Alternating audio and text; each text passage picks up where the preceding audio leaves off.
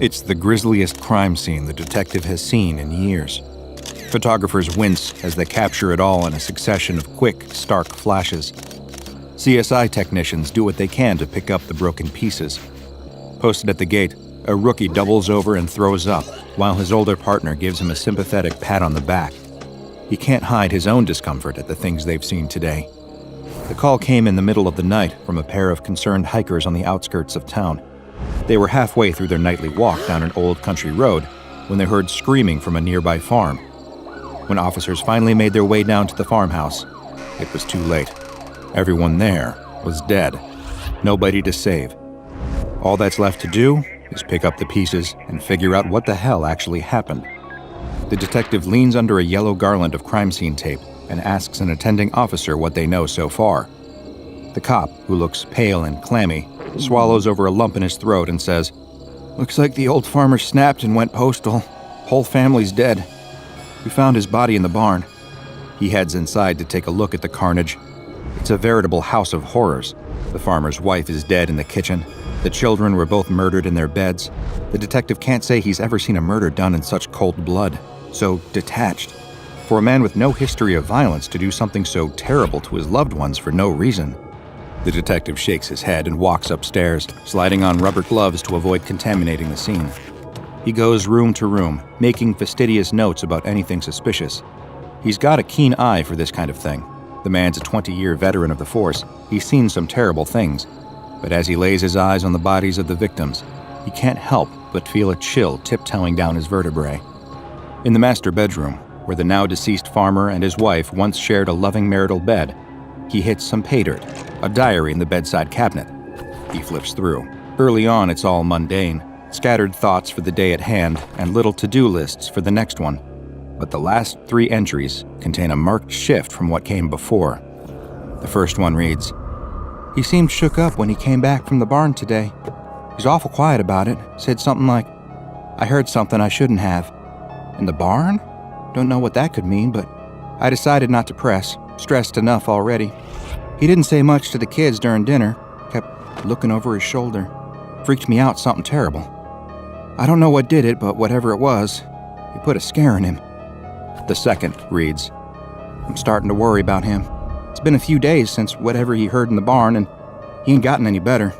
In fact, I think he's getting worse. He won't shower. Something about the bathroom mirror, he just won't go in there. He hasn't been eating.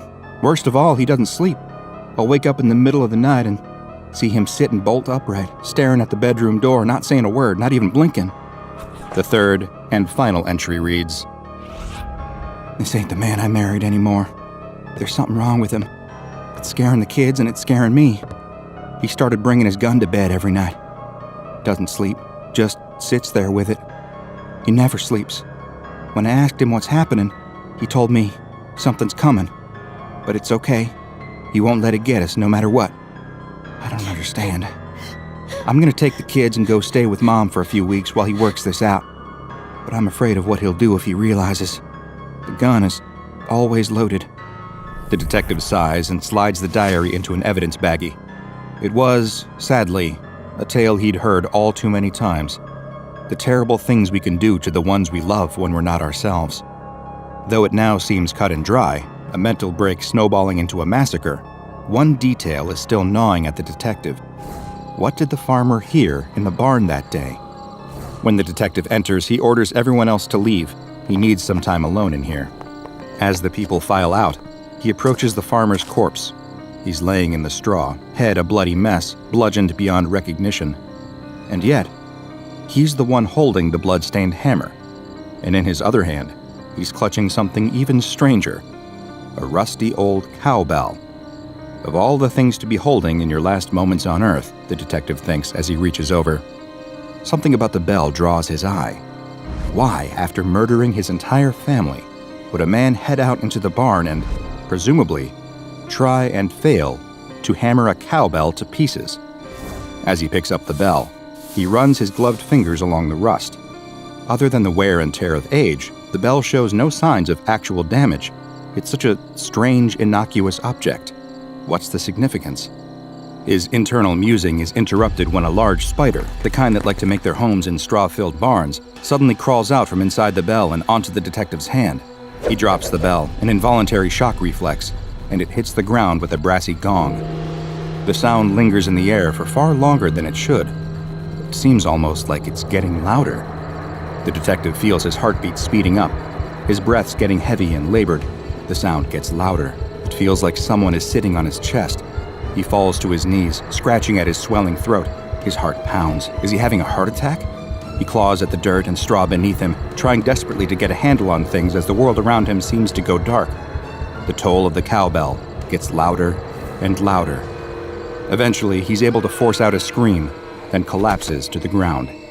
When his eyes open, he's being carted away on a stretcher to a nearby ambulance, parked just outside the crime scene.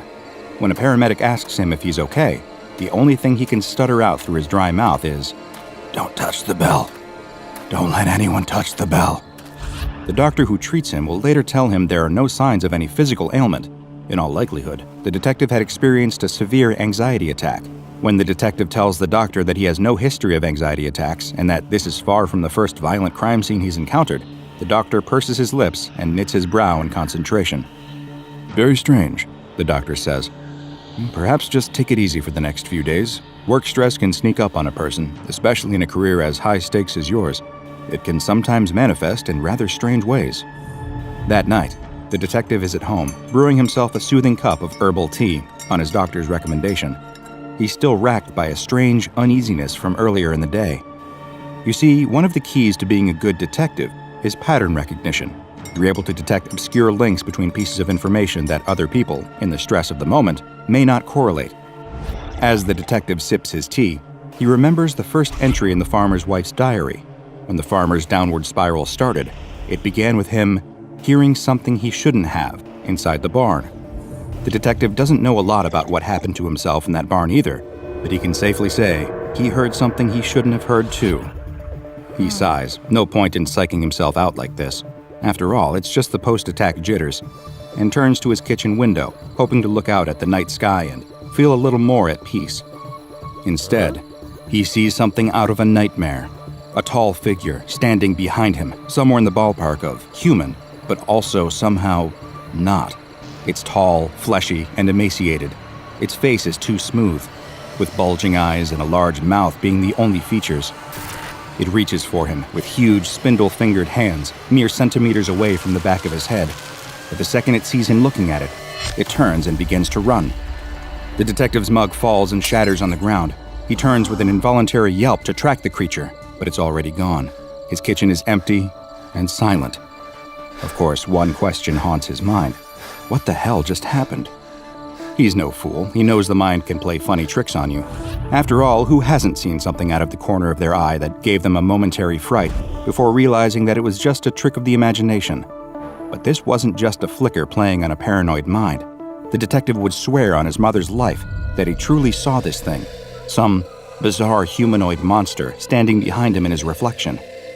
He doesn't know which possibility scares him more, that there really was something behind him, or that he's starting to lose his mind. Either offered a number of frightening possibilities, but the detective does what he does best, applies logic to a situation. He'd spent the day around a particularly distressing crime scene, read something unnerving in the diary of one of the victims, and suffered a panic attack in the barn. All of this was just a suggestion implanted in his mind, connections being threaded where they shouldn't, a natural side effect of a brain wired to register patterns in strange data clusters. The detective does his best to remain calm for the rest of the evening. Fear is the mind killer. Panic only ever makes a situation worse. These are both things he believes, but he can't seem to shake that creeping feeling of dread. He's being watched. For the first time in his adult life, the detective decides he doesn't want to sleep in the dark. All those shapes in the blackness put him on edge. He thinks that a good night's sleep will probably have him right as rain by tomorrow morning. Everything passes eventually. As his mind drifts and his eyes begin to flutter closed, he starts to wonder if he always left that bathroom door open, or whether it started to open very slowly as soon as his head hit the pillow. Sure enough, he wakes up gasping. Long, cold fingers, abnormally long in fact, and cold as death, have closed around his throat. He's gasping in vain for breath as the hand clamps tighter. His eyes jolt open, and he sees it again, that tall, thin monster lingering over him, strangling him. Its face is split into a wide, sadistic, tooth-bearing grin, or something so thin, it's impossibly strong. The detective can't move, he can't scream, he can't do anything. But as he slips from sleep to true wakefulness, the monster is gone. It wafts out of the room with all the ease of a gust of wind. He sits up, heart pounding, lungs strained, skin slick with sweat. He's never been so afraid in his life. He's been calmer during the active shootouts of his beat days all those years ago.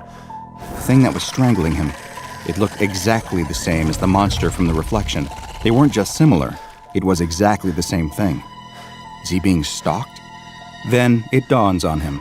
Another fragment of information swimming in the mess of his consciousness. An article he'd read a couple years before about a phenomenon known as sleep paralysis.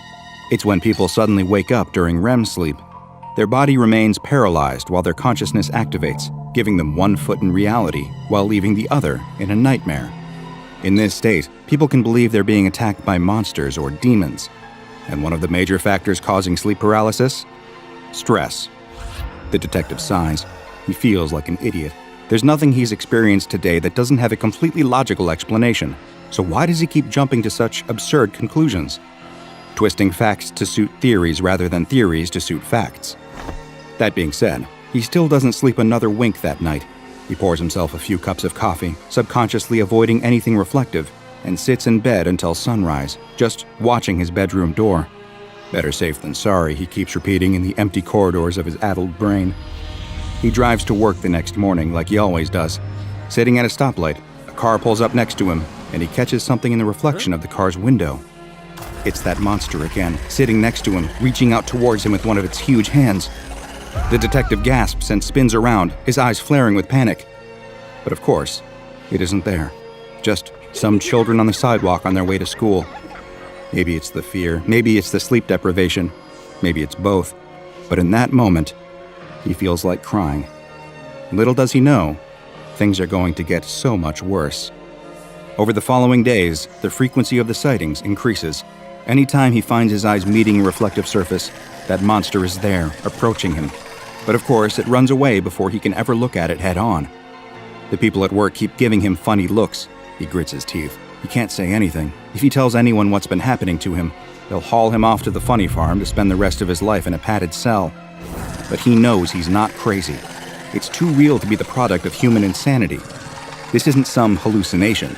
That thing is really there. It's always waiting, always watching. Even when he can't see it, he can feel its eyes on him, sense its malicious intent. It's even worse at night. Every time he tries to sleep, it attacks him. He feels its hand clasping around his throat. He feels its balled fists pummeling his body. He feels its long fingernails scratching into his skin. He can't sleep anymore. He's too scared. And that too takes its toll. Every feeling, every emotion, every thought starts to take on an odd, flat quality, like nothing is quite real. He starts to subsist on coffee, energy drinks, and anything else that will give him a buzz of alertness. He started to carry his service pistol around with him everywhere. He hides it under his pillow at night. He can never be too careful. He knows that the creature is always out there, always watching, always waiting. He knows on some level that it won't stop until it has taken everything from him. He's taking the subway to work again. He's messy, disoriented. His clothes stink. His bloodshot eyes are couched in unsightly bags. He shivers slightly, a nervous twitch. Put simply, he's not the man he used to be. He can't drive anymore. His nerves are too wrecked, and he has to take the bus to and from work. That's when he sees it, not behind him this time, but on the other side of the street as he waits for his bus. It stands among the other pedestrians, all seemingly oblivious to its presence. It just smiles, mocking him. This time, the detective is ready. The detective won't have it. In a single fluid motion, he unholsters his pistol and begins firing at the creature. The street erupts into screams as people scatter to avoid the frantic volley of gunshots, but the creature doesn't move. It just keeps grinning as the detective fires, the rage and sleep deprivation throwing off his aim. He hears the sound of the bell again, its toll rising. It's deafening. He needs to kill it. He needs to get closer. The detective walks toward the creature, firing bullet after bullet. The creature doesn't care. He roars in animal fury. The bell toll rises. A sudden light illuminates the creature's terrible smile, as the detective realizes that the sound he's hearing isn't the toll of the bell at all. He turns just in time to see the bus, but not in enough time to get out of the way. The cowbell the detective found in the barn that day seemed innocuous enough, but this old cowbell, corroded and covered in rust, which no known methods, chemical or mechanical, seemed to be able to remove, would soon have a name: SCP-513. It was discovered by an SCP Foundation agent during Containment Reestablished Procedure Mu at a classified containment site, where its interior was covered in duct tape to prevent it from properly making a sound. There was also a paper note attached reading, "You've seen it, now he can hear you. You've touched it, now he can see you. Never ring it. If you hear it, he can touch you." And this is a warning worth heeding, because ringing SCP-513 invariably results in death. The question is just how much mental and physical anguish it puts its victim through before that endpoint. When the bell is first rung, anyone within earshot will begin to experience extreme anxiety, including physical symptoms such as heightened heart rate and raised blood pressure. They will also report feelings of dread and may claim that they can feel themselves being watched. Within about an hour, this worry is confirmed. SCP-513-1 is the less than charming creature hounding the unfortunate bell ringer, and will begin to stalk the affected individuals. It will appear to approach individuals from behind, but quickly disappear if ever the subject attempts direct visual contact. It will also stage non-lethal physical attacks on its victims during their sleep in order to induce greater levels of psychological terror, though it disappears quickly upon waking. The stalking threat will only elevate over time, leading to increased psychological disarray for the victim. SCP-513-1 will eventually induce paranoia, aggression, hypervigilance, and depression, ending in a distressing and violent death. Because of the immense danger posed to anyone who hears the sound of this cowbell tolling, SCP-513 has been given extensive containment precautions, extensive enough to warrant giving it the Euclid Containment Class, a classification reserved for things that are often unpredictable in containment. SCP-513 is suspended in a 1 cubic meter block of gelatin and contained within a soundproofed, climate-controlled cell. The gelatin is inspected daily for any degradation or loss of integrity.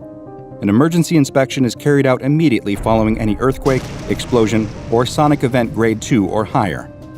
Personnel performing the inspection wear earplugs and active noise-canceling earmuffs at all times while inside SCP-513's cell to avoid any kind of accidental exposure. If the gelatin cube shows any signs of degradation, such as rips, tears, splits, liquefaction, or mold, SCP-513 will be immediately removed and suspended within a replacement cube by a team of surgically deafened Class D personnel. No other personnel are to enter the cell during this procedure. Any sentient beings exposed to SCP-513 are to be monitored by at least 2 security personnel at all times. Under absolutely no circumstances may exposure victims be administered sedatives or allowed to fall unconscious. Any victim who does fall unconscious is to be terminated immediately. Class D personnel are to be terminated at the first sign of mental degradation. All other exposure victims may be terminated at their request. If possible, SCP-513-1 is to be apprehended on site, but sadly, the Foundation hasn't managed to get their hands on this unpleasant creature yet. But be careful ringing any mysterious old bells you find, or else he might just get his hands on you. A doctor frantically writes in his journal, "It's almost impossible to believe everything that's transpired has taken place in such a short amount of time. It all began 3 days ago. It was just another day down in the mines. A worker was drilling into a seam of coal when suddenly there was an issue with the rig. From what I've gathered, it sounds like the drill bit exploded due to some kind of mechanical defect, sending shards of metal flying throughout the tunnel. The worker was lucky that none of the large pieces struck him, as they surely would have been fatal. He had, though, still been grazed by a piece of shrapnel from the ruined drill bit, and it had left a deep cut across his upper arm. Other miners who were working nearby heard the commotion and quickly came to his aid. They applied a tourniquet to stem the flow of blood and helped him to the mineshaft elevator for the long ride to the surface. Once they reached the safety of daylight, they brought the injured man to the on-site medical clinic, where I was on duty at the time. I cleaned the wound since there was a substantial amount of coal dust that had gotten inside, before suturing and bandaging it. The miner was sent to his bunkhouse to recover, and I thought that would be the end of it. Of course, it was only the beginning. Roughly 24 hours later, the same miner presented himself to me once again. I asked about his injury, and he explained that while his arm was fine, he now felt like he might be coming down with an illness. His symptoms included a runny nose, a cough, and body aches. So my assumption was that he'd simply had some bad luck and caught a cold that just so happened to coincide with being injured on the job.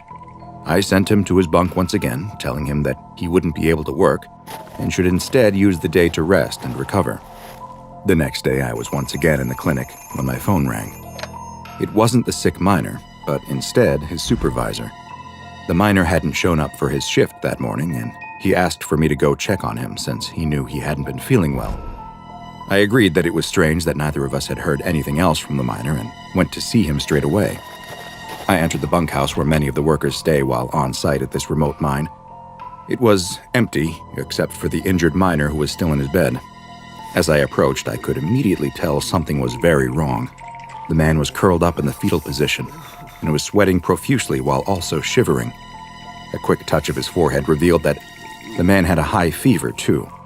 He was practically incoherent, seemingly delirious from his high temperature. The miner was moved to the empty bed inside the clinic so I could better observe and tend to him, but very carefully since I assumed now that he was actually suffering from influenza and didn't want to risk an outbreak at the mine. I was getting ready to administer fluids to the miner, who was still mumbling incomprehensibly, when I noticed something on his face. It appeared that he was crying, but the tears that ran down his cheeks weren't made of water. They were blood. I hadn't seen anything like it before. There was no reason why influenza should be causing this man to cry tears of blood. I could see the veins in his forehead starting to pulse, as if his blood pressure had suddenly skyrocketed. And just as I was leaning in to get a closer look, something horrible happened. The miner suddenly opened his mouth and expelled an enormous stream of blood. The blast of blood struck me in the face and knocked me backwards in fright as the man continued expelling more and more blood from his mouth, which soon covered the walls of the clinic. With seemingly all the blood having been discharged from his body, the man then went limp. I attempted to resuscitate him, but strangely, there was no need. The man was comatose, but he was alive. There I was, standing in the middle of the clinic over the man, both he, myself, as well as the room completely covered in blood. It was one of the worst things I'd ever experienced as a doctor, and yet, somehow, it was about to get even worse. I was still in shock from what had just happened when I heard the door to the clinic open behind me. I turned around to see a group of half a dozen more miners from the site, each one coughing, sweating, and shivering. One held a cloth to his ear that was stained red, while another attempted to stop his nose from bleeding. Whatever had infected the first patient wasn't a one-off medical event. This had the makings of an epidemic. I knew that I was in way over my head. I was just a general practitioner, not an infectious disease specialist, and I called the Center for Disease Control to get their guidance.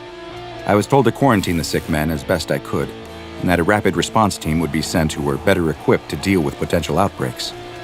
While I waited for the CDC to arrive, I began moving the afflicted men to a bunkhouse that had been designated for quarantining.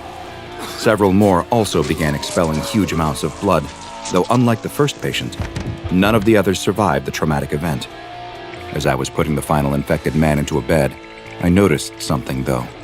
There was a huge amount of heat radiating off of his lower body, and when I pulled down the blankets, I discovered something that even with all of the strange happenings, I still couldn't believe. There were huge lumps growing on his legs, each of which looked to be filled with some kind of fluid or gas, and they were extremely hot to the touch, as if the chemicals inside the lumps were creating a source of heat. As I was investigating the bizarre growths, I suddenly looked up to see that the man was no longer in a state of delirium. Instead, a crazed look had come over his eyes, and he suddenly leapt out of bed, flailing and clawing at me as if he wanted to kill me. I don't know how, but I was able to fight off the man and run out of the bunkhouse. He gave chase, though, and with no other option, I ran into a nearby storage shed. The man was beating and scratching at the door, but I was able to barricade it by dragging a heavy shelf in front of it.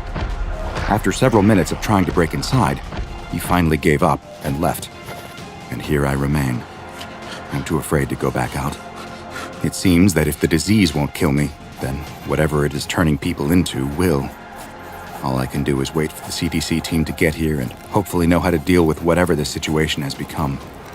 The doctor closes his small notebook and notices a drop of something fall onto the cover. He reaches up and wipes his hand across his mouth.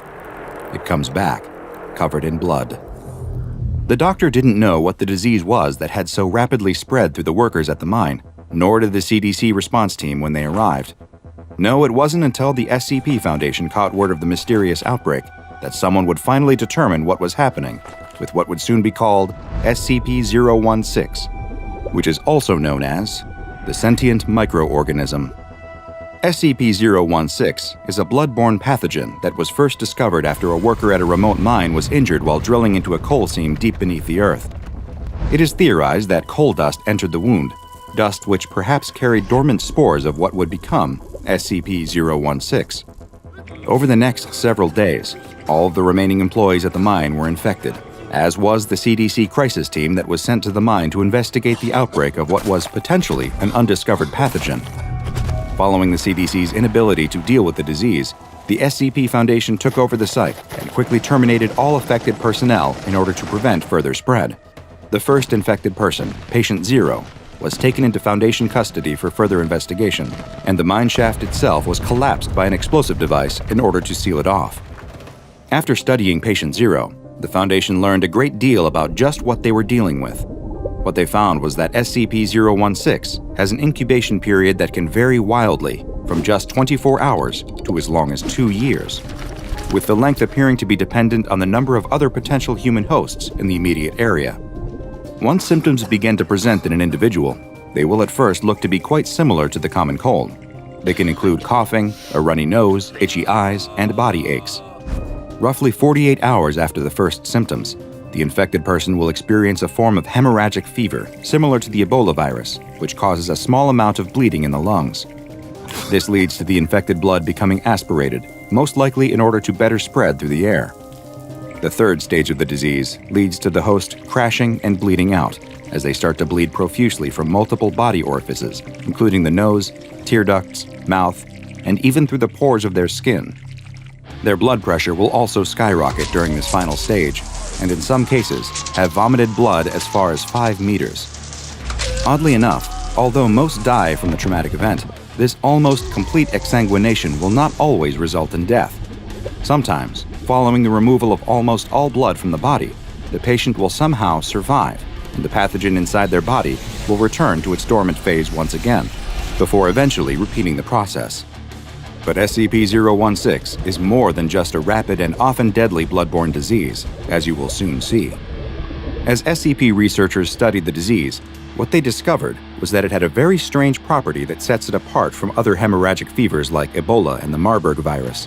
What they found was that when someone infected with SCP-016 is placed into a high-stress situation, such as one where their life is being threatened, SCP-016 will transition from rapidly reproducing inside of its host's body to instead begin rewriting their host's actual DNA. This genetic manipulation, combined with the stimulation of rapid cell division, leads to the host undergoing major physiological changes and in extremely small amounts of time. In just 24 hours, the host can begin showing physical changes to their body, and a complete bodily reconstruction can occur in less than 2 weeks.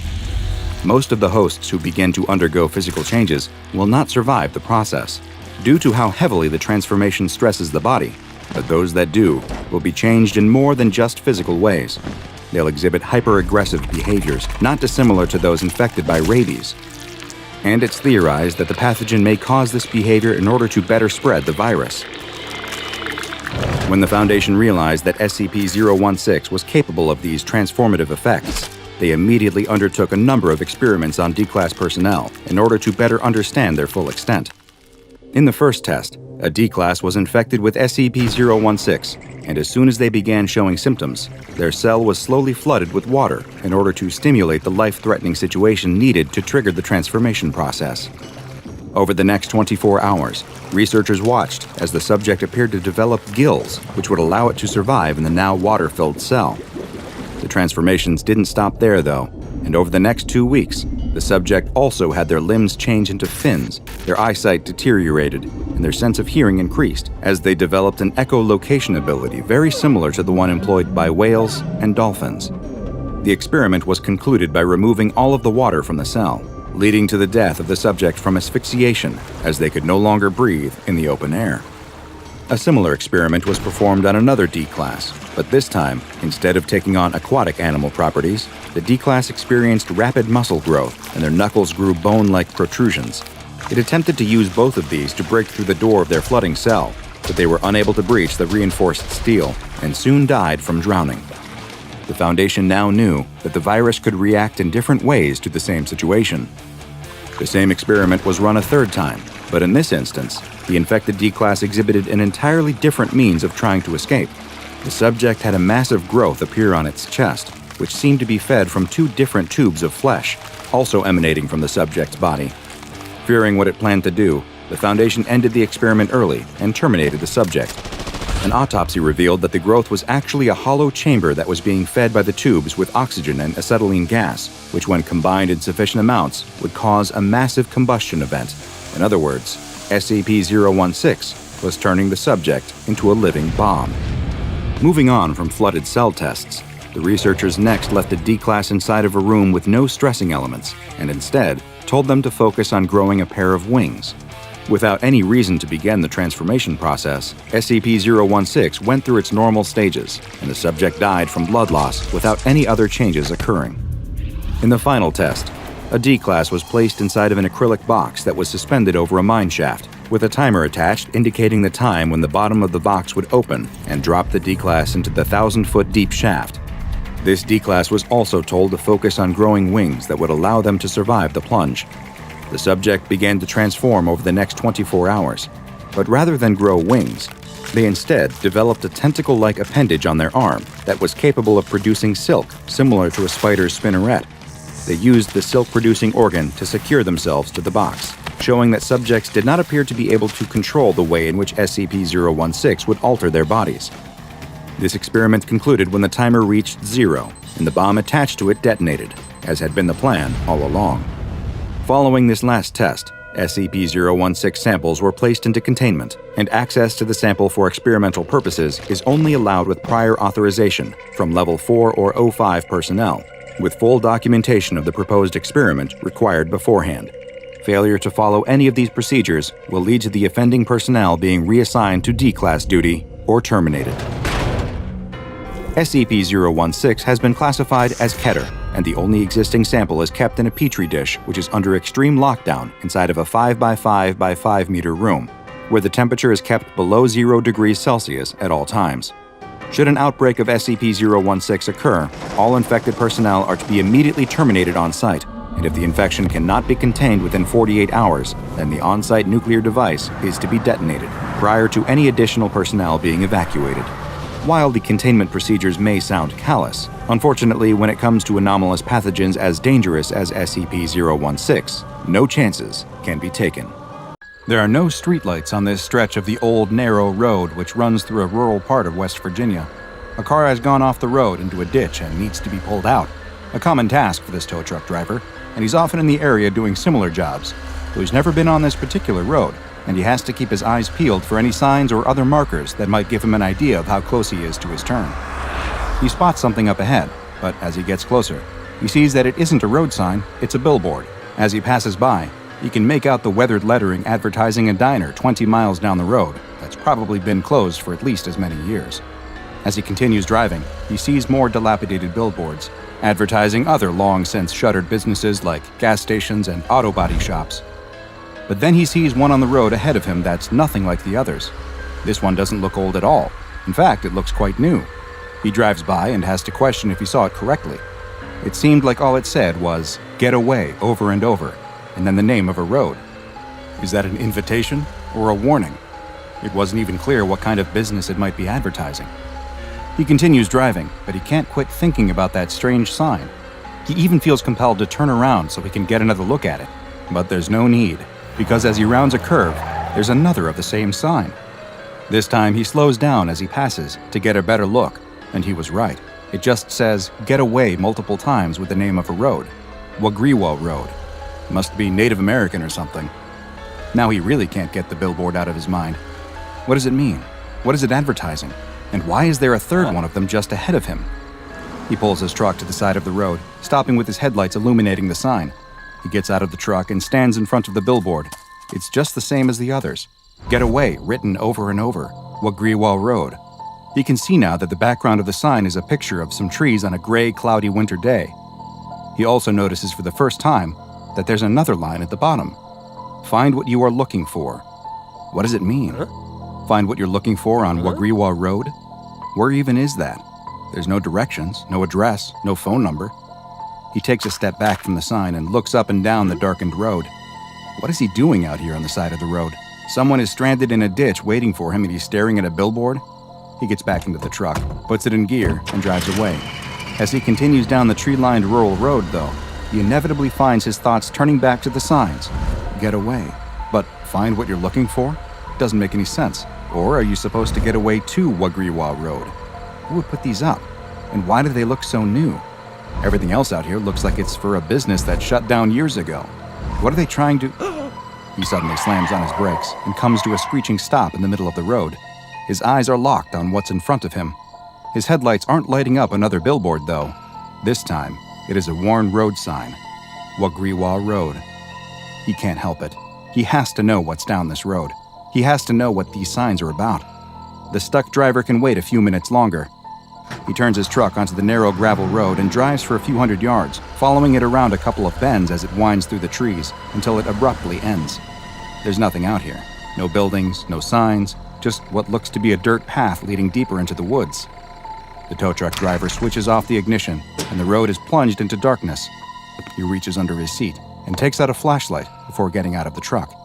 He shines the light into the woods surrounding him, but there's nothing to see. No, wait. There is something, and it's coming down the path out of the trees. Phil? Phil, is that you? The figure that stepped out of the woods is talking to him.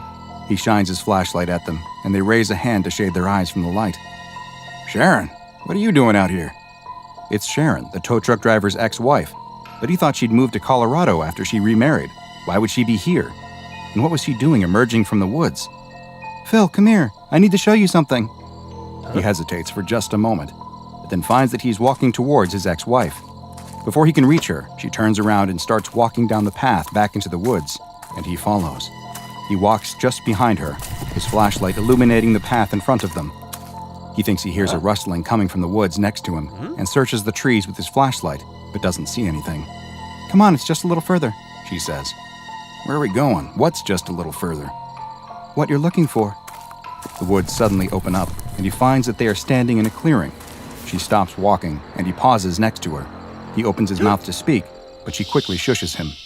Quiet, they're almost here. The tow truck driver looks around, but he doesn't see anything, just the faint outline of trees that are barely visible on this moonless night. But then he watches as several creatures begin to emerge out of the woods into the clearing. They're deer?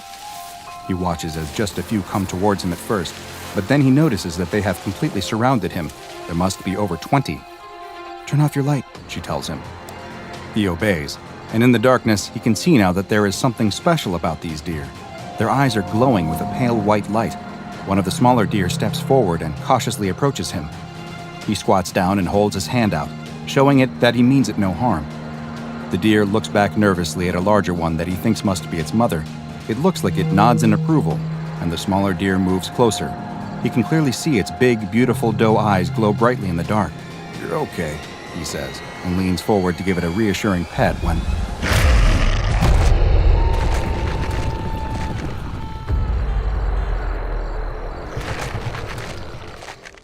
Following the mysterious disappearances of multiple people in an area of West Virginia near the town of Harper's Ferry, the SCP Foundation soon became interested in a particular stretch of road where it appeared that many of those who had gone missing had traveled just prior to their vanishing. Agents were dispatched to the area and immediately detected high levels of thaumaturgic energy, with the epicenter appearing to be on a plot of privately owned land. Investigation of local records revealed that the land was owned by a man named Richard Redkin. The Foundation staff contacted Mr. Redkin under the guise of being federal agents investigating a crime that had been committed on the property while he was away. Mr. Redkin happily cooperated with the agents, explaining to them that he had never experienced any abnormal events on the property while he was living there, but that he had not resided on the land for some time.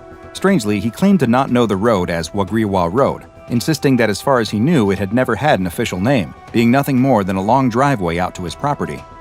When asked if he could remember anything else abnormal about the location, he told the agents no, but that his daughter had written many fictional stories about strange happenings on the land, and perhaps those had somehow turned into rumors and then urban legends, though that was a long time ago. When the agents requested to meet with the daughter, he explained that it was impossible. She had drowned many years prior in the nearby Shenandoah River. The agents again examined the local records and found that Mr. Redkin wasn't lying. His daughter really had passed away, and her body was found in the river. The timing of this accident was quite coincidental, though, as it had occurred exactly 1 week before the first missing person in the area was reported.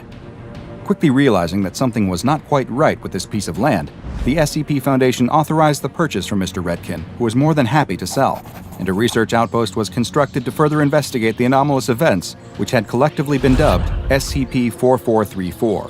While exploring the surrounding area, they soon found what so many others had before: the bizarre billboards imploring one to both get away as well as come to Wagriwa Road to find what you were looking for. The signs, which were designated as SCP-513-A, were found on roads across the West Virginia, Maryland, and Virginia tri-state area, but their locations would often change, with the billboards only manifesting for short amounts of time before vanishing and reappearing elsewhere. Bizarrely, when attempts were made to photograph or videotape the signs, the resulting footage would show only a blank white sign. The Foundation knew that they needed to investigate further, and several experiments were authorized to find just what was happening on the land at the end of the mysterious road. A D-Class personnel, D-84021, was given a radio and implanted with GPS locators in his neck, torso, and thigh, and sent down the road with orders to report back on what they experienced, though unlike the people who had gone missing, he was not shown the billboard prior to entering the area. The D-Class walked to the end of the road, where he reported that a creature was emerging from a path leading into the woods. He soon exclaimed that the creature was a dog that he used to own. The researchers monitoring the test were confused, since the dog had apparently been deceased for some time, and yet, here it was standing in front of him. Although the D-Class had seemed hesitant at the start of the mission, once he saw his childhood dog, all of his fears were set aside, and he willingly followed it deeper into the forest. After 90 seconds, the D-Class reported that he had entered a clearing and was being surrounded by a group of deer. The reports stopped soon after and were replaced by the sound of screams as D-84021 was attacked and apparently consumed by the deer. 2 of the 3 GPS trackers remained active for the next 40 minutes, and SCP researchers followed their path as they moved to the middle of the clearing and then appeared to enter a sinkhole or cave of some sort, where they traveled slowly in a winding pattern downward until contact was lost. Following this test, the Foundation researchers suspected that the creature that would emerge from the woods, which had been designated as SCP-513-B, was able to change forms into one that would be trusted by those who entered the 4434 area. The deer, on the other hand, seemed to always maintain their appearance, and the whole group was designated as SCP-4434-C. The tests were far from over, though. For the next, 2 D-Classes were sent into SCP-4434 in order to see what form 4434-B would take when more than one person was present. Just like before, an entity emerged from the woods, but this time, it took the form of a young man in a suit, who immediately offered to clear any and all debts the D-Classes held, as well as expunging their criminal records, freeing them from their life as test subjects. All they would need do is follow him into the woods. The agents monitoring the test ordered the D-Classes not to follow the man, but they were ignored, and the researchers listened as they instead began conversing with SCP-4434-B, seeming to be quite interested in his offer. They soon followed him into the woods, and just over 2 minutes later, they too were attacked and consumed by SCP-4434-C. It appeared now that once someone entered the SCP-4434 area, they were all but helpless to resist the compulsive effects of SCP-4434-B. The Foundation researchers wanted to test the limits of SCP-4434's power, and so they then came up with a rather creative procedure for the next test. Another D-Class personnel was sent down the road, but this one was wearing a body harness that was connected to a pulley system, as well as being equipped with a camera. He was ordered to wait at the edge of the SCP-4434 area until the 4434-B entity appeared. The entity soon emerged, taking the form of a middle-aged woman. As soon as the D-Class was seen conversing with the entity and agreed to follow it, the pulley was engaged in order to forcibly pull him out of the area. This was followed by an entirely unexpected event. The middle-aged woman quickly produced a knife and, with a supernatural speed, severed the rope on the pulley system. The now freed D-Class stood up, followed the woman into the woods, and was consumed soon after. The researchers were growing frustrated with their lack of advancement in understanding the anomaly, and so for the 4th test, They decided to take quite extreme measures. A drone was used to fly over the area, which identified the mouth of the cave that the GPS trackers had been taken into. It was a 3.5-meter wide hole in the ground, too dark to see anything past the entrance, and the drone installed an anchor point in the ground at the mouth of the hole before flying in to explore further. But the signal was almost immediately lost. Progress had been made, though. Yet another D-class was selected, this time one who had climbing experience. D-84041 was warned in advance that the SCP-4434-B entity would appear to her and would have a compulsive effect, and that she was to ignore them no matter what form they took, and instead proceed as quickly as possible to the cave, which had been designated as SCP-4434-D. D-84041 was taken to the road, and she immediately began running down the path into the woods. She was able to reach the mouth of the cave without seeing any anomalous entities, neither 4434-B nor the carnivorous deer. She quickly attached the rope she had brought to the anchor that was installed by the drone and began rappelling into the hole. As she descended down, she described the normal, rocky cave, one that grew wetter the further down she went. Surprisingly, she soon reached the bottom, where she found a spherical room, roughly 8 meters across. But this was not anything like the entrance to the cave. The floor of this room wasn't made of rock or dirt. It was more like flesh, and it appeared to be breathing. And there was something else down there too, a folded piece of paper with writing on it.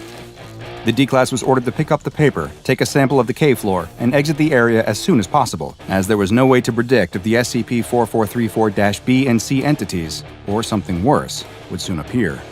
After taking a sample, she began climbing out of the cave. When she emerged, there were still no signs of any anomalous creatures, but she quickly made her way down the road and out of the SCP-4434 area. When she reached the waiting agents at the edge of the area, D-84041 handed them the sample and the paper that she found, but then stopped and turned around. There on the ground roughly 5 meters away was a plate of food. Without any hesitation, she walked back into the SCP-4434 area, picked up the plate, and walked back into the woods. She was never seen again. It was now clear that 4434-B could take forms other than just humanoids and animals. As the objects that the D-Class had managed to get out of SCP-4434 were analyzed, the area's former owner, Richard Redkin, was again questioned by Foundation agents. They asked him if there was anything he failed to mention in their previous interview, and he told them that there was one thing that he preferred not to normally discuss. Just before his daughter's death, in addition to her fascination with writing and coming up with stories, she had become obsessed with the occult. When they asked him about the paper they had found within SCP-4434-D, he told them that it was very likely that she had written it. The SCP Foundation now understood why they had detected so many thaumaturgic particles in the area, which is the residual energy left over from a particular form of ritualistic practice that is more commonly known as magic or witchcraft. The contents of the paper found in the cave seemed to add additional weight to the theory that his daughter may have been involved in a ritual that led to the creation of SCP-4434, because written on the single page is a poem which reads, "The forest is a sea, the wind is the waves, and the water is the leaves.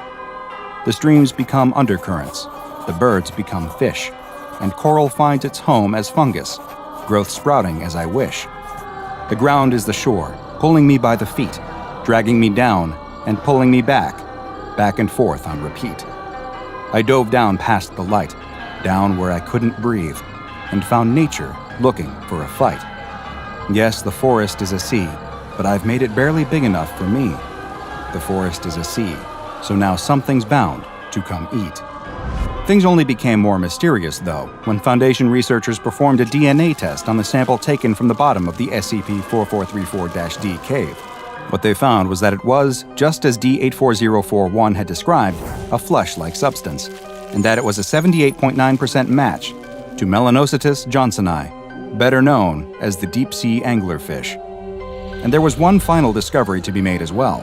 Linguistic teams within the Foundation investigated the name of the road that had appeared on the SCP-4434-A billboards, and discovered that the word was very similar to the Native American Tutelo tribe word Wagriwa, which roughly translates to the phrase, "I have come back." Boom! The set is a hive of activity, with crew and cast members rushing from one place to the next, stars leaving hair and makeup to await their calls, cameramen dashing to their posts while stunt coordinators make their vital checks with the pyrotechnics team, ensuring everything is ready to go. And safe, too. Everything has to go well. There are so many variables to consider. but they're all working for a perfectionist, so the entire crew is working to make sure they get things right. A sudden, awestruck silence falls over the hustling and bustling movie set as everyone turns their heads to see one man exiting his trailer and walking out towards his chair. He moves with the undeniable swagger of a man who only makes the most egregiously over-the-top action blockbusters. His golden mullet sweeps out behind him, a leather bomber jacket over his shoulders that looks like it's been hand-polished and that it cost an entire month's pay for one crew member. A pair of aviator sunglasses hang loosely from the collar of his t-shirt, which is emblazoned with the stars and stripes. Everyone watching can practically hear an electric guitar cover of the Star-Spangled Banner playing in the background, complete with the screeching calls of bald eagles flying overhead. He's the director, and he came here to make a movie that'll net millions, if not billions, of dollars at the global box office. His each and every step brims, practically overflows with bravado, because he's the man who gives the people what they want.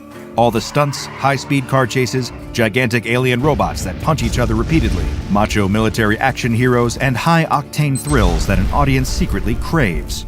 The director knows that all the people who criticize his movies for things like poor writing and lazy plots are just nerds who wish they could do what he does. And there's one thing this director knows how to do better than anyone else in Hollywood. He knows how to film explosions. The leading man, the actor in the starring role of this movie, quickly appears and comes up to talk to the director. He's just sat down in his chair and yelled through a megaphone, telling everyone to stop standing around and get back to work. As for the actor, he's pretty famous, but also the kind to accept any paycheck, regardless of how good the movie winds up being. The exact thing that landed him here. He's a name for hire, with a filmography that's filled with just as many meteoric lows as outstanding highs. He talks to the director about the upcoming scene that they're moments away from shooting. It's a simple shot, so straightforward that even a talented filmmaker could pull it off.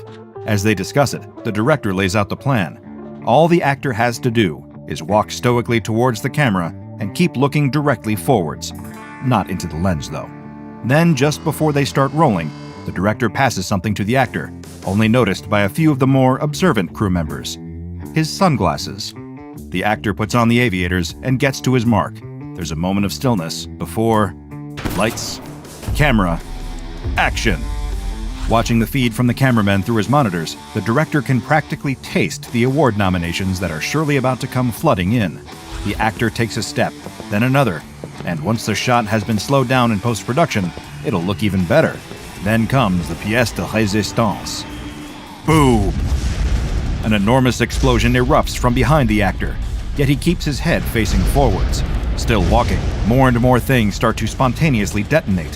Fire and sparks shoot into the air. Debris is sent raining down around the set, miraculously missing the actor. The director clearly thought ahead and sits under an umbrella that deflects the few scraps of shrapnel that come his way. The rest of the crew aren't so lucky, seeking cover while trying to stay quiet for the cameras. The most confused out of everyone is the stunt team. Nobody triggered any pyrotechnics for the shot, yet a huge series of explosions is still somehow occurring before their very bewildered eyes. Satisfied with the explosive shot, the director calls cut. However, having suffered severe tinnitus from the series of detonations behind him, the actor doesn't hear him and keeps walking. More and more explosions keep erupting directly behind him, following him as he gets closer to the director, still unable to hear his instruction to cut. And of course, what happens next is... boom! Time passes. Most forget about the in memoriam at the Razzies and move on with their lives. But some aren't so lucky, because they wind up dead. But in this beachfront town, that's just part of the 9 to 5. At least it is for those working at the local police department. It's never a good day when another body turns up, and before long, the precinct's crime scene experts are on the case. They waste no time examining the area, searching for clues as to how the city's latest victim met their untimely demise. With gloves on, they scour the scene. At first, it looks to be another tragic case of death by gunshot wound, but with no murder weapon at the scene, or even so much as a single clue that might point to who the killer even was. Suddenly, the team examining the crime scene all turn, alerted by the sound of a car pulling up, and someone stepping out. It's the detective, and he's just been assigned to this case. Now, there are a few important things of note about this detective. The first is that he's a maverick. He's a man who doesn't play by the rules. The only reason the commissioner of police hasn't kicked him from the force yet is because he produces results. Although his methods are at times unorthodox, and at times downright dangerous, the detective always gets his man, so the commissioner lets it slide, but warns him to watch himself every time. This detective also recently made a particularly strange purchase. Being a fan of the movies of a certain director, he's been lucky enough to stumble across a pair of aviator sunglasses on eBay that were owned by the filmmaker before his tragic death by catastrophic explosion. Now the detective is rarely seen without his new shades. They're his pride and joy, and he takes every opportunity to tell the officers working at desks in the precinct to whom the glasses used to belong. And not content with just letting the aviators sit on display in his apartment, the detective is also known to wear them from time to time. However, he'll only do so after giving a one-liner in honor of his favorite fallen director. The thing is, he needs a little bit of practice. Approaching the crime scene, the detective asks the experts what they found. They hurriedly rush through the details, hoping they can convey all the key information before the detective starts talking about his sunglasses again. They tell him what they found: the victim's key physical attributes, his apparent death by gunshot, and the lack of any traces of the killer present at the scene. The detective takes a long pause and scans the area.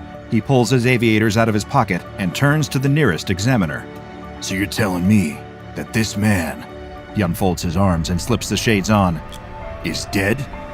Bang! Directly behind him, the detective's car erupts into flames, exploding with such force it flips over, landing in a smoldering wreck. The force of the blast disrupting the whole crime scene.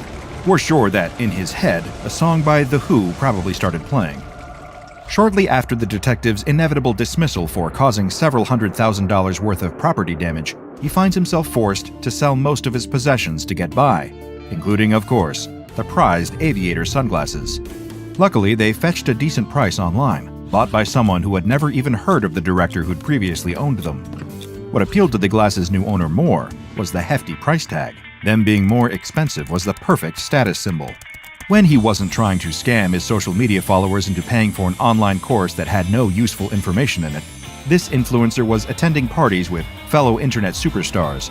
But for him, events like these weren't an opportunity to socialize or even enjoy some downtime with friends. After all, if he couldn't turn an interaction into content that he could monetize, then how could it even be worth having? And on this night in particular, a party that would surpass all parties is in full effect.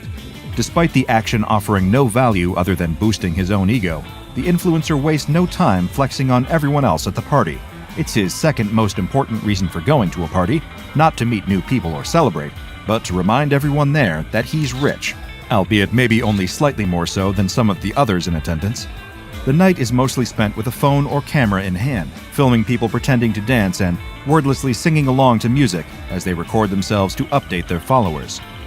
He needs to up his game, the influencer thinks to himself. He can't bear the thought of leaving the party having posted less than anyone else.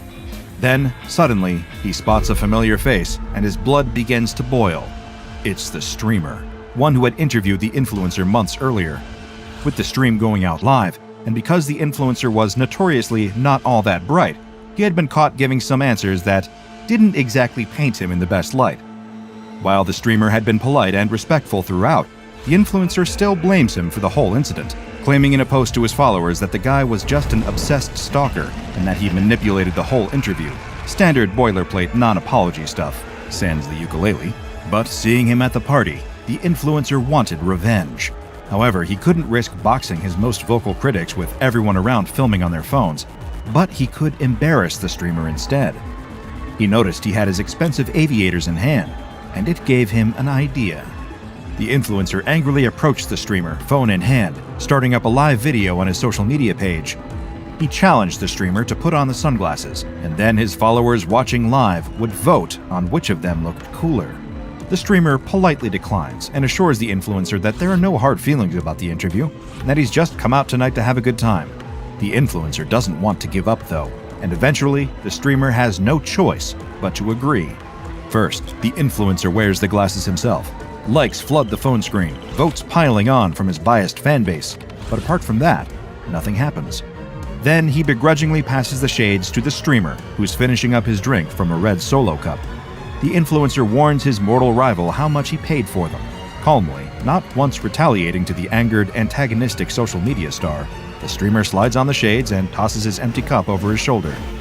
This triggers an explosion that engulfs the influencer in a ball of flame and brings an abrupt halt to the party. The votes declare the streamer the winner of Who Looks Cooler. The sunglasses change hands a number of times shortly after, eventually landing in the possession of yet another new owner, the billionaire, an owner of several prominent companies, and a highly controversial reputation across the globe due to his often faulty products and frequent social media gaffes. But a certain pair of cool new shades might be exactly what he needs to turn this deal around. You see, the billionaire decides to buy the sunglasses not just because he's fond of them, not only because of their price tag, and not even motivated by the various former famous owners of the aviators. He's noticed what they can do, and he thinks that owning them for himself would be the perfect way to look as cool as he thinks he is. And having bought an entire social media website, he has the perfect platform to debut his cool new shades. The post goes up a day in advance, announcing a live stream starting tomorrow. Even though his site has notoriously bad video sharing functionality, the billionaire is certain that it'll definitely work this time. The day arrives, and he's right, for the first time ever. All his fans, even those who are starting to realize the cracks in his facade, all tune in to see the big reveal. The billionaire greets everyone in an awkward mumble, a far cry from the bombastic announcement that he had promised. Still, the livestream chat sends their praise in the forms of gifs of Shiba Inus and emojis of the moon. Although he fumbled the opening of this stream, the billionaire's confidence starts to build. This'll prove to everyone just how cool and smart he is, and all his most vocal critics will be forced to admit it too. He reaches for the sunglasses and slips them on. There's a long, awkward pause. The comments from the stream's chat start to flood in, most wondering what's going on, if something was supposed to happen or if the stream is cut out. The billionaire becomes frantic. Trying again, he takes off the shades and puts them back on. Still nothing. Where was the explosion? Why wasn't anything happening? He tries a third time, a fourth, a fifth, each attempt becoming more and more frantic. Something was wrong, and his crippling insecurity only mounts as he glances towards the comments. The livestream viewing numbers are dropping rapidly, with several comments mocking him relentlessly. Many fans even declare their intention to stop supporting the billionaire, immediately growing embarrassed to have ever vocally backed him. Out of overwhelming embarrassment, he closes down the stream and releases a post immediately after, stating it was all a technical issue, and he'll personally see to it that any re-uploads of the footage are wiped from the internet. But it's already too late. Enough people who saw it are sharing clips around all over the place. It's everywhere. The whole world can see how stupid he looks. While his attempt at wearing the glasses hadn't been as explosive as he'd hoped, it was certainly incendiary for the stock prices of all the billionaire's failing businesses. They bombed, not in the way he'd been expecting, and before long, he was reduced to a laughingstock the world over. But what exactly are these glasses?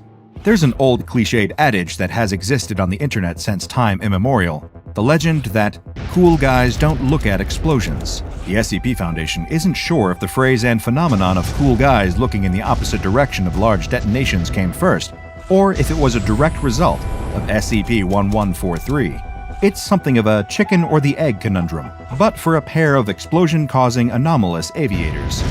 Kept stored in a secure fitted carry case within a standard containment locker is SCP-1143. At first glance, before putting them on that is, these just appear to be an unremarkable pair of sunglasses.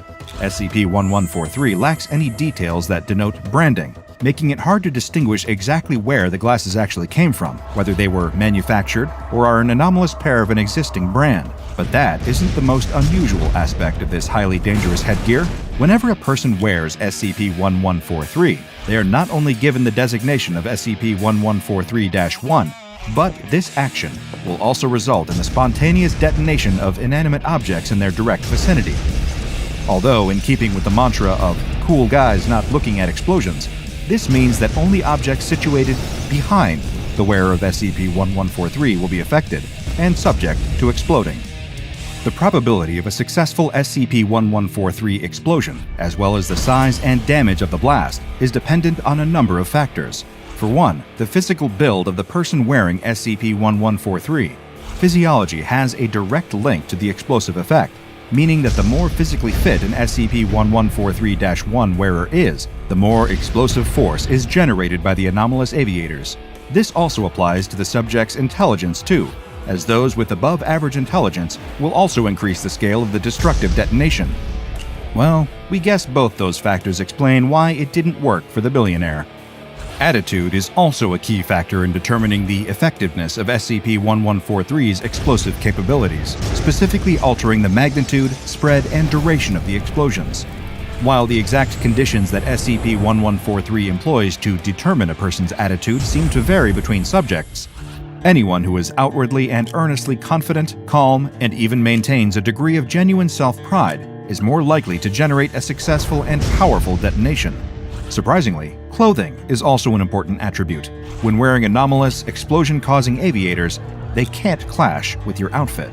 An SCP-1143-1 wearing a suit or other formal wear will generate explosions that affect nearby buildings and other large-scale architecture. Anyone pairing SCP-1143 with more casual attire will find themselves walking away from exploding cars, houses, and other smaller-scale commonplace objects. And those that wear pajamas will severely limit the explosive capacity of the shades, meaning only household appliances like TVs and toasters are likely to go boom. Of course, no cool guy not looking at an explosion is just idly standing around. As a result, the actions of the wearer will also affect the speed at which detonation occurs. The effects of the anomalous aviators are more likely to occur when a subject is throwing an object over their shoulder, leaping over objects or out of buildings, or walking around a corner. Standing still has been known to reduce the likelihood of SCP-1143 activating, but only by a small percentage. Following on from this, speed also plays a crucial part in how ferocious an SCP-1143 explosion is. But while you might expect the faster someone moves to trigger a more violent detonation, in fact, the opposite is true. Moving at a decreased speed, far slower than average walking speed, as if to simulate moving in slow motion, will cause a 2,000% increase in the size, damage, and danger of an explosion. Faster is not necessarily worse though, as traveling in a vehicle can also have the same increased explosive effect. And in these examples, the force of these detonations often causes large amounts of flaming debris to be violently launched in multiple directions. One more determining factor in how effective SCP-1143 is the wearer's stamina and awareness of what is going on behind them. Subjects with higher stamina and who remain oblivious to the detonations can trigger spontaneous chain reactions of multiple explosions following the initial detonation. Of course, these will subside the moment the SCP-1143-1 wearer either reacts to or directly witnesses the explosions. The moment they see the effect of the anomalous aviators, all explosions will immediately stop. However, any damage they have caused will remain. This happens should the wearer notice reflections in the lenses of the sunglasses, or if they turn around to face the fiery carnage. Luckily for them, though, SCP-1143 possesses its own mild, space-warping capabilities that protect the person wearing it. This additional anomalous property will cause any debris or shrapnel from the surrounding explosions to miss the wearer entirely, effectively creating a protective force field around them while they are wearing the sunglasses. This same spatial warp can also temporarily deflect other oncoming projectiles, including bullets, keeping the user safe from all harm until they either remove the sunglasses or realize what is going on. So maybe take care the next time you decide to try a cool walk with your aviators on. You never know, there could be another pair of SCP-1143 out there. That's why we tend to prefer Oakleys, because no one has ever looked cool in those. When the SCP Foundation conducted their raid on a seemingly ordinary house in Tennessee, none of the recovery team expected to unearth something so horrifically bizarre. Their objective had been simple, straightforward, and standard: gain access to the property and detain the owner, who was known to be a high-ranking member of Redacted, an anomalous group of interest the Foundation were looking into. What the recovery team found, once the battering ram had smashed the front door out of its frame, baffled even the foremost experts in the anomalous. The house itself, while it might have looked unassuming from the outside, was anything but normal. Putrid smells filled the air, causing Foundation agents to gag as their nostrils were assaulted by the stench. One operative, who had been the first to step inside, doubled over and began heaving at the smell of rotting food that poured through the house.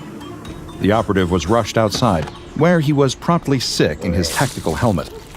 Once they had protected their faces with respirators, KN95 masks, fabric torn into makeshift bandanas, and anything else they could quickly get their hands on, the Foundation agents proceeded inside. Trash crunched and shuffled under each footfall. The floor was covered with discarded bottles, food wrappers, newspapers, and broken glass. Flashlight beams illuminated the walls covered in grime and dust. Mold had formed in the upper corners of the ceilings, draped with inhabited cobwebs. Everyone was on high alert, prepared just in case Redacted, their target, appeared from behind a corner brandishing a gun or a knife to defend his domicile. After all, he was active within a known group of interest. He also had the added benefit of Tennessee's Stand Your Ground laws, permitting him to use deadly force in self-defense while within his home, a place he had a right to be. There were little signs of life in the house beyond the shuffling of garbage caused by scuttering rats and foraging opossums. The elusive target must have skipped town before the recovery team could get to him. He had either gotten paranoid that he was due a visit from the SCP Foundation and fled, or somehow tipped off that a team was being sent to bring him in. He didn't work alone. There were other members of Redacted who could have warned him. The Foundation would soon be tracking down his list of known associates within the group of interest and bringing them in for questioning. Still, there was no reason not to be thorough. Even if he wasn't hiding somewhere in the house, Redacted might have inadvertently left some clue as to where he was heading. The recovery team made a sweep of the entire house, going room to room, each as filthy as the last, wading through ankle-deep refuse and litter. There was no way a person could live like this. Some of the team began to suspect that this was a secondary location used solely for Redacted's anomalous activities, and that the target must have lived somewhere else. Then again, maybe he liked the filth.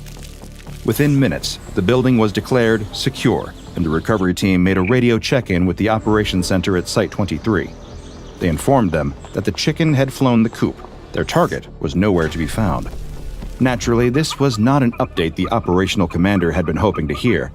In the effort of making sure the raid wasn't a complete waste of Foundation resources, the commander instructed the team to recover anything that could qualify as evidence of anomalous activity. Once the command came over the radio, some of the recovery teams sarcastically joked that the most anomalous thing about the house was just how gross it was. They were, it turned out, far from right. Scouring the house, the disgruntled Foundation agents donned thick rubber gloves and began begrudgingly sifting through the garbage surrounding them. It would take hours, if not days, to clear it all. It would be even longer if they had to check every crushed soda can and scrap of uneaten, moldy, maggot-infested food. The team split into smaller groups, each tackling a different area of the house.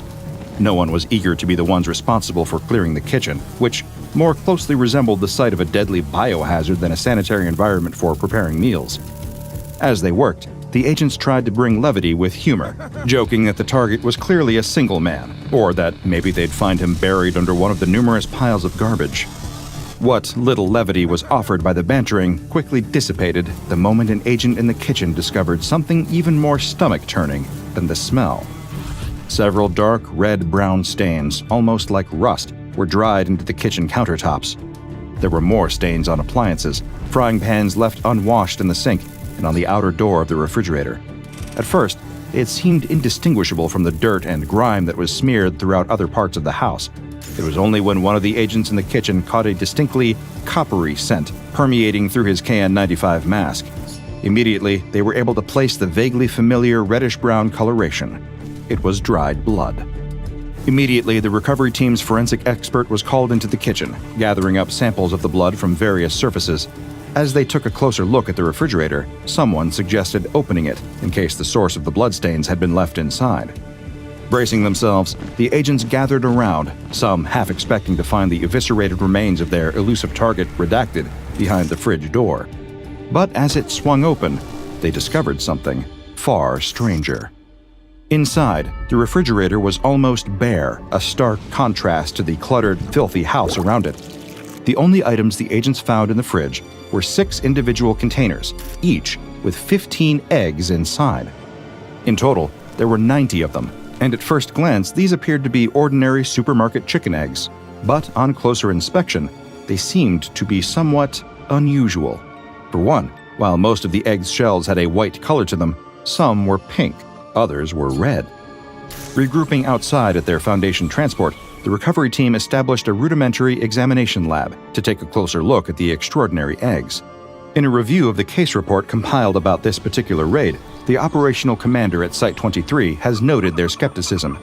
It was speculated that the recovery team conducted an examination at the temporary lab as an excuse to get away from the house and its overpowering smells. The validity of this claim remains undetermined. What is known is that closer examination of the eggs revealed enough abnormalities for the entire contents of Redacted's refrigerator to be remanded into Foundation possession, with the eggs themselves being considered anomalous contraband. When several of the eggs were removed from the fridge for examination, spectral scans showed each one was fertilized. Most eggs bought from supermarkets, especially chicken eggs, are unfertilized, making them safe for human consumption. The eggs the recovery team had found were all carrying embryos, and as they would soon find out, these weren't eggs from a chicken, or any other kind of bird for that matter. Within half an hour of examination, the eggs were beginning to show signs of movement. Cracks began suddenly forming on their discolored shells as something inside began to stir. The recovery team immediately went into a state of panic, drawing sidearms and preparing for an incursion with an unknown anomaly. One of the eggs split, something protruding through the membrane beneath the shell and flexing in the air. Then another similar protrusion appeared, pushing outwards, breaking more of the shell, before being joined by a third.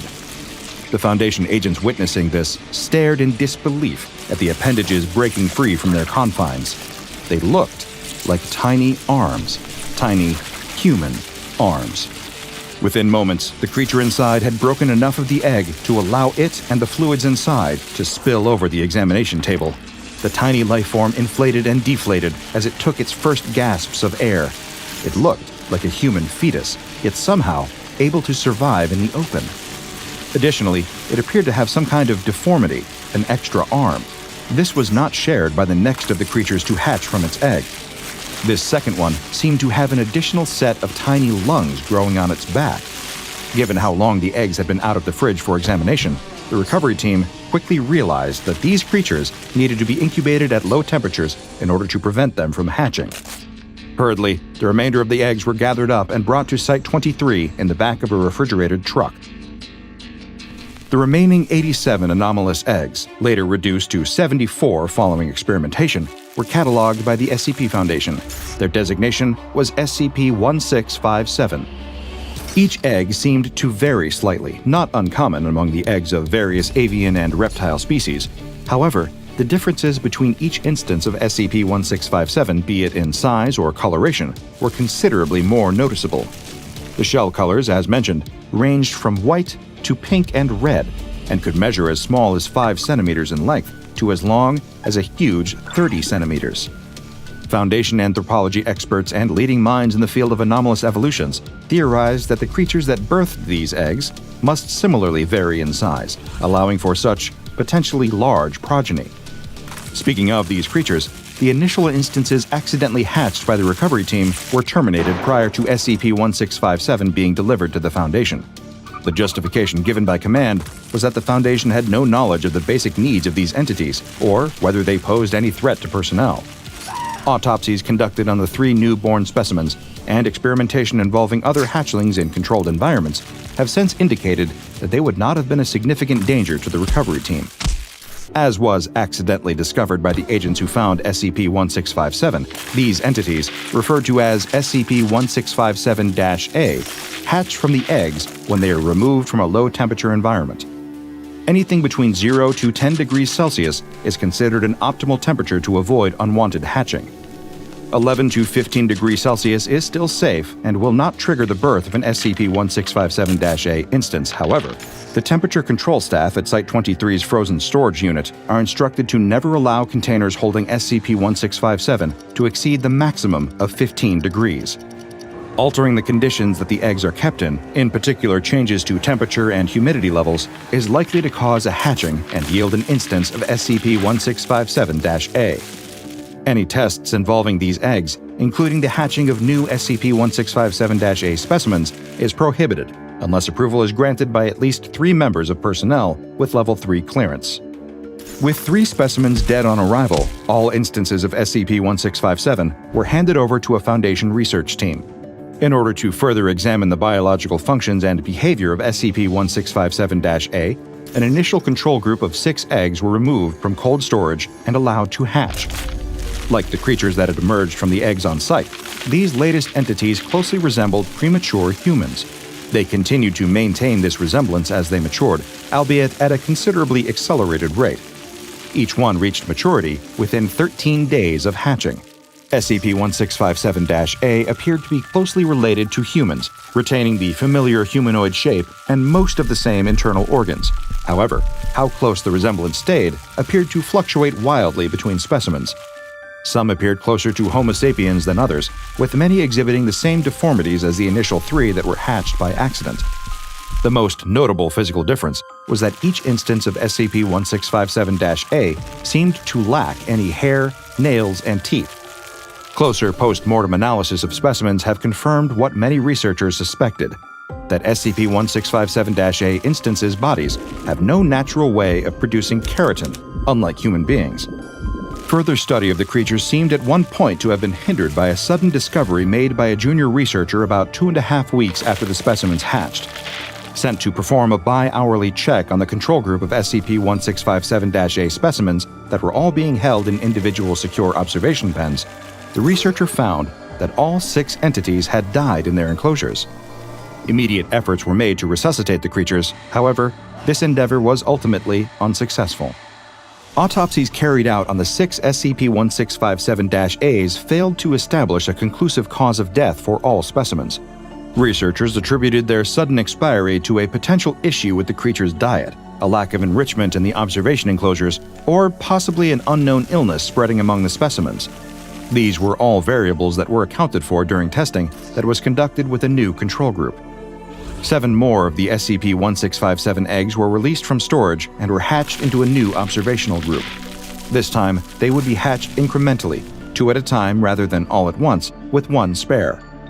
Once birthed, each one was placed in a clean pen, permitted for daily enrichment time on the outer grounds of Site-23, and given a synthetic probiotic supplement to ensure dietary health. Much like the prior deceased control group, these new 7 instances grew to maturity in almost 2 weeks. During this time, their behavior was closely examined by SCP Foundation researchers.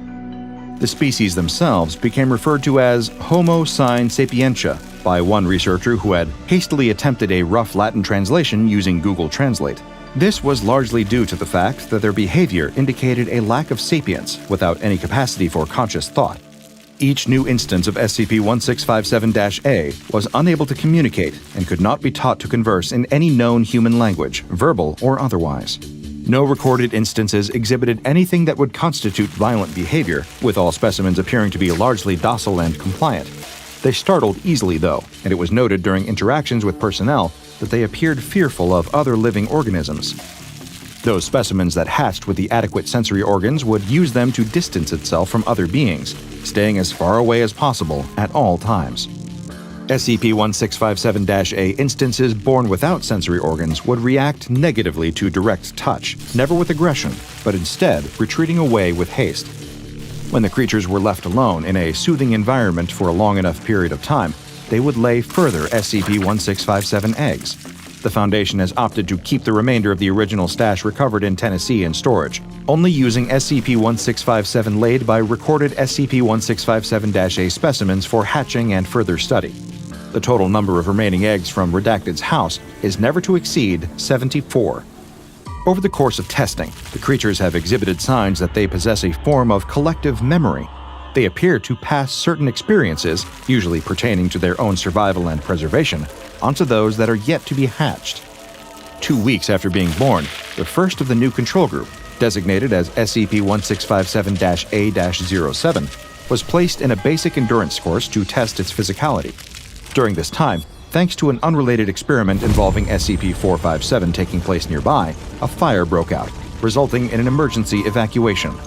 Once Site-23's fire suppressant systems had activated and maintenance crews were able to verify that the area was safe, researchers returned to find SCP-1657-A-07 had perished in the blaze. However, reviewing security footage of the incident revealed that the creature hadn't been trapped by the fire, but had actively approached it. Surveillance cameras recorded it moving towards the flames and inspecting them with curiosity. It clearly lacked the relevant survival instincts or perhaps even the sensory awareness to be deterred by the fire's intense heat. The specimen subsequently died, but this footage prompted researchers to look further into the survival instincts of future SCP-1657-A specimens. Anomalous evolution experts reasoned that no species, even an anomalous one, could survive without a natural sense to preserve itself from danger. So, new SCP-1657-A instances were exposed to similar dangerous stimuli after reaching maturity.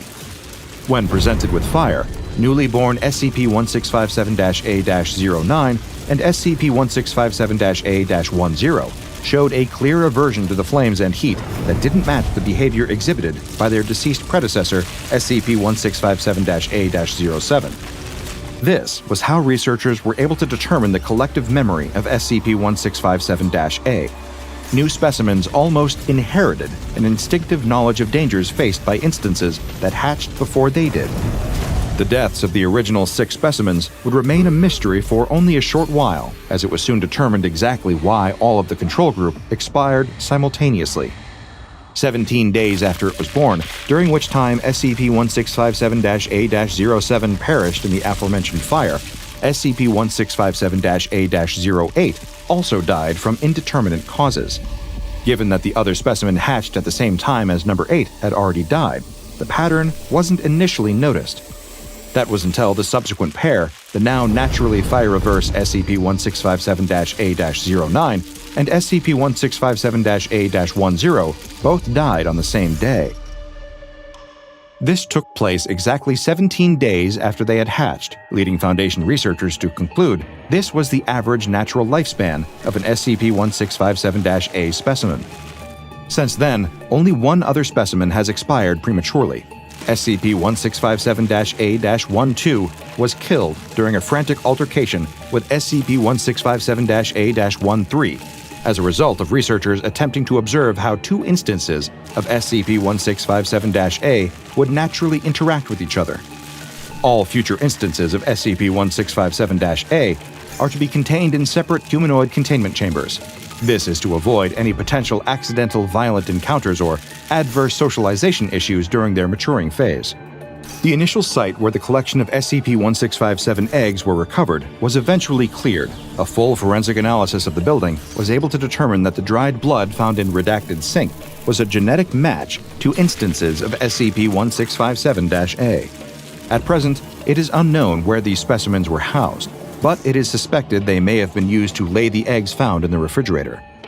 It is believed by Foundation agents investigating Group of Interest Redacted's activity that they may have been attempting to establish some kind of distribution operation for SCP-1657 eggs.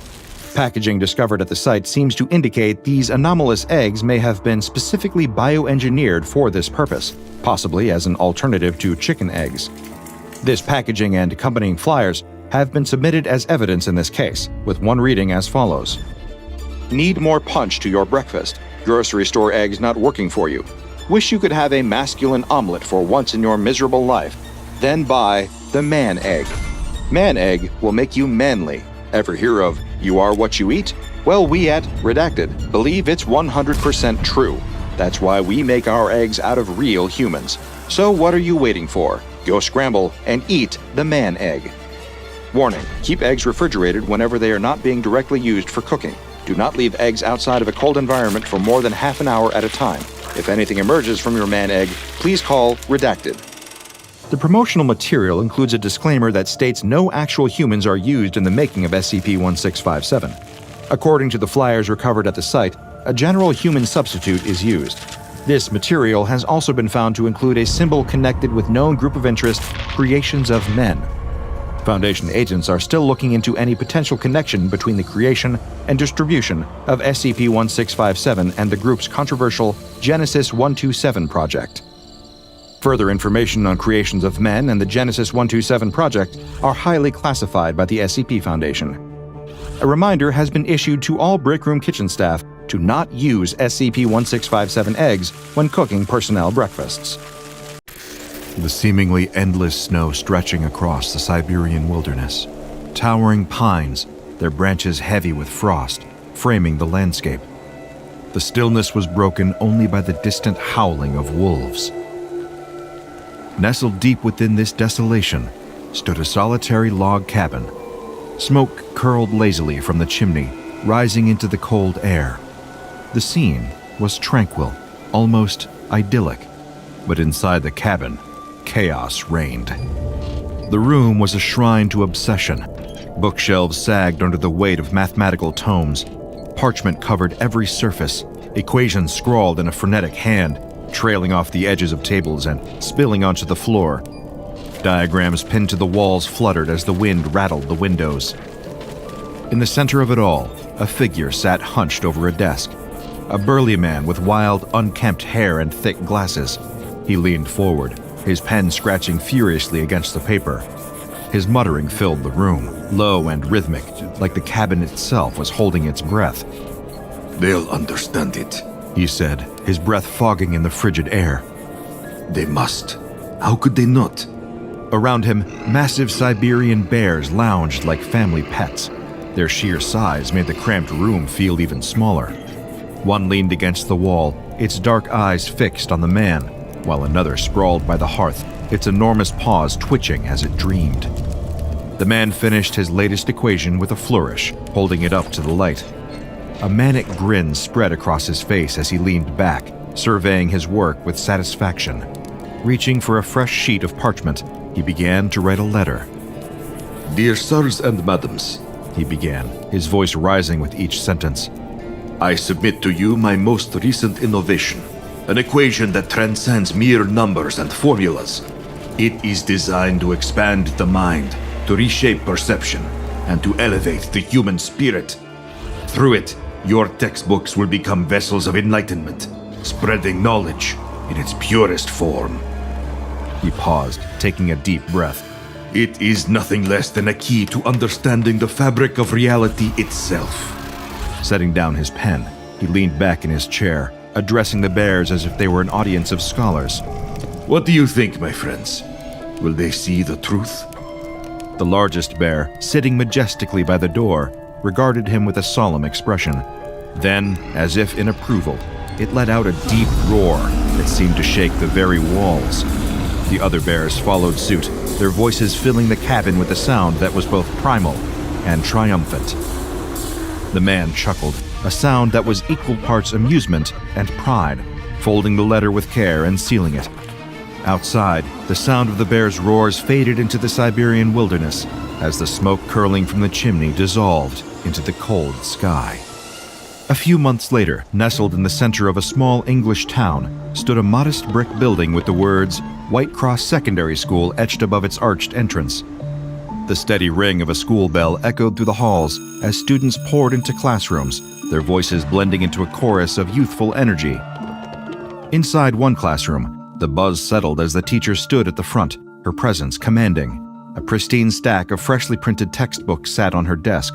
The teacher tapped the topmost book with a sense of pride and excitement. "All right, everyone," she began, her tone warm but firm. "Today we're starting something new. This curriculum has been designed to challenge your critical thinking skills and help you approach mathematics in ways you never have before. I expect great things from you all." She moved through the rows, handing out the textbooks one by one. "I think you'll find these fascinating. We'll begin on page 13. Some students eagerly flipped through the pages, eyes lighting up at the promise of new material. Others sighed heavily, already doodling in the margins, resigned to what they considered another tedious math lesson. "Everyone ready?" The teacher moved back to the chalkboard, holding her own copy of the textbook. She opened it to the specified page, her finger trailing down the numbers and symbols printed there. "This," she said, gesturing to the equation displayed on the page, "is what we shall be working on today. It's a bit different, but don't worry. It's meant to be a challenge." The equation spanned the width of the page, its symbols intricate and precise, with a complexity that seemed to vibrate just beneath the surface.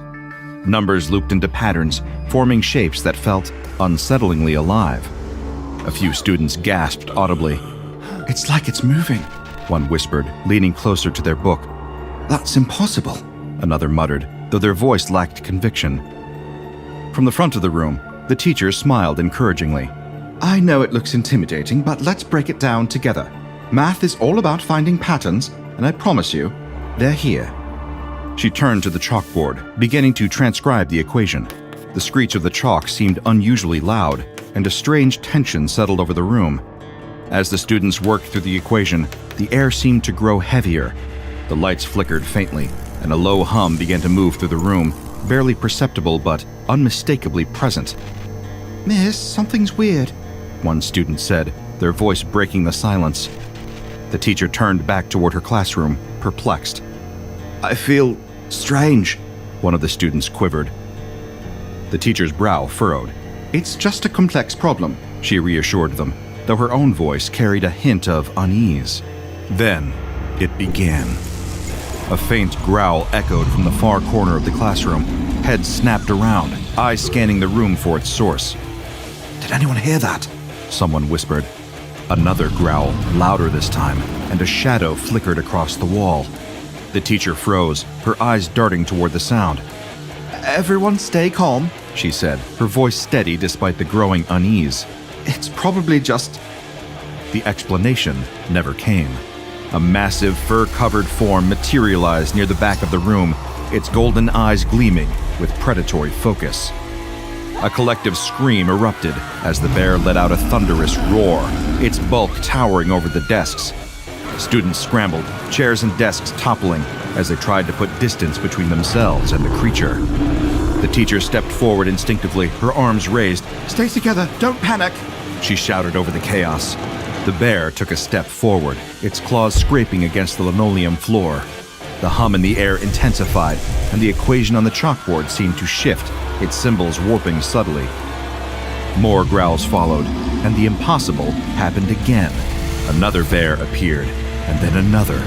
The creatures prowled between the desks, their sheer size and presence dominating the small classroom. The teacher stood frozen, her gaze locked on the bears as they circled the room. The students huddled together in corners, their fear palpable.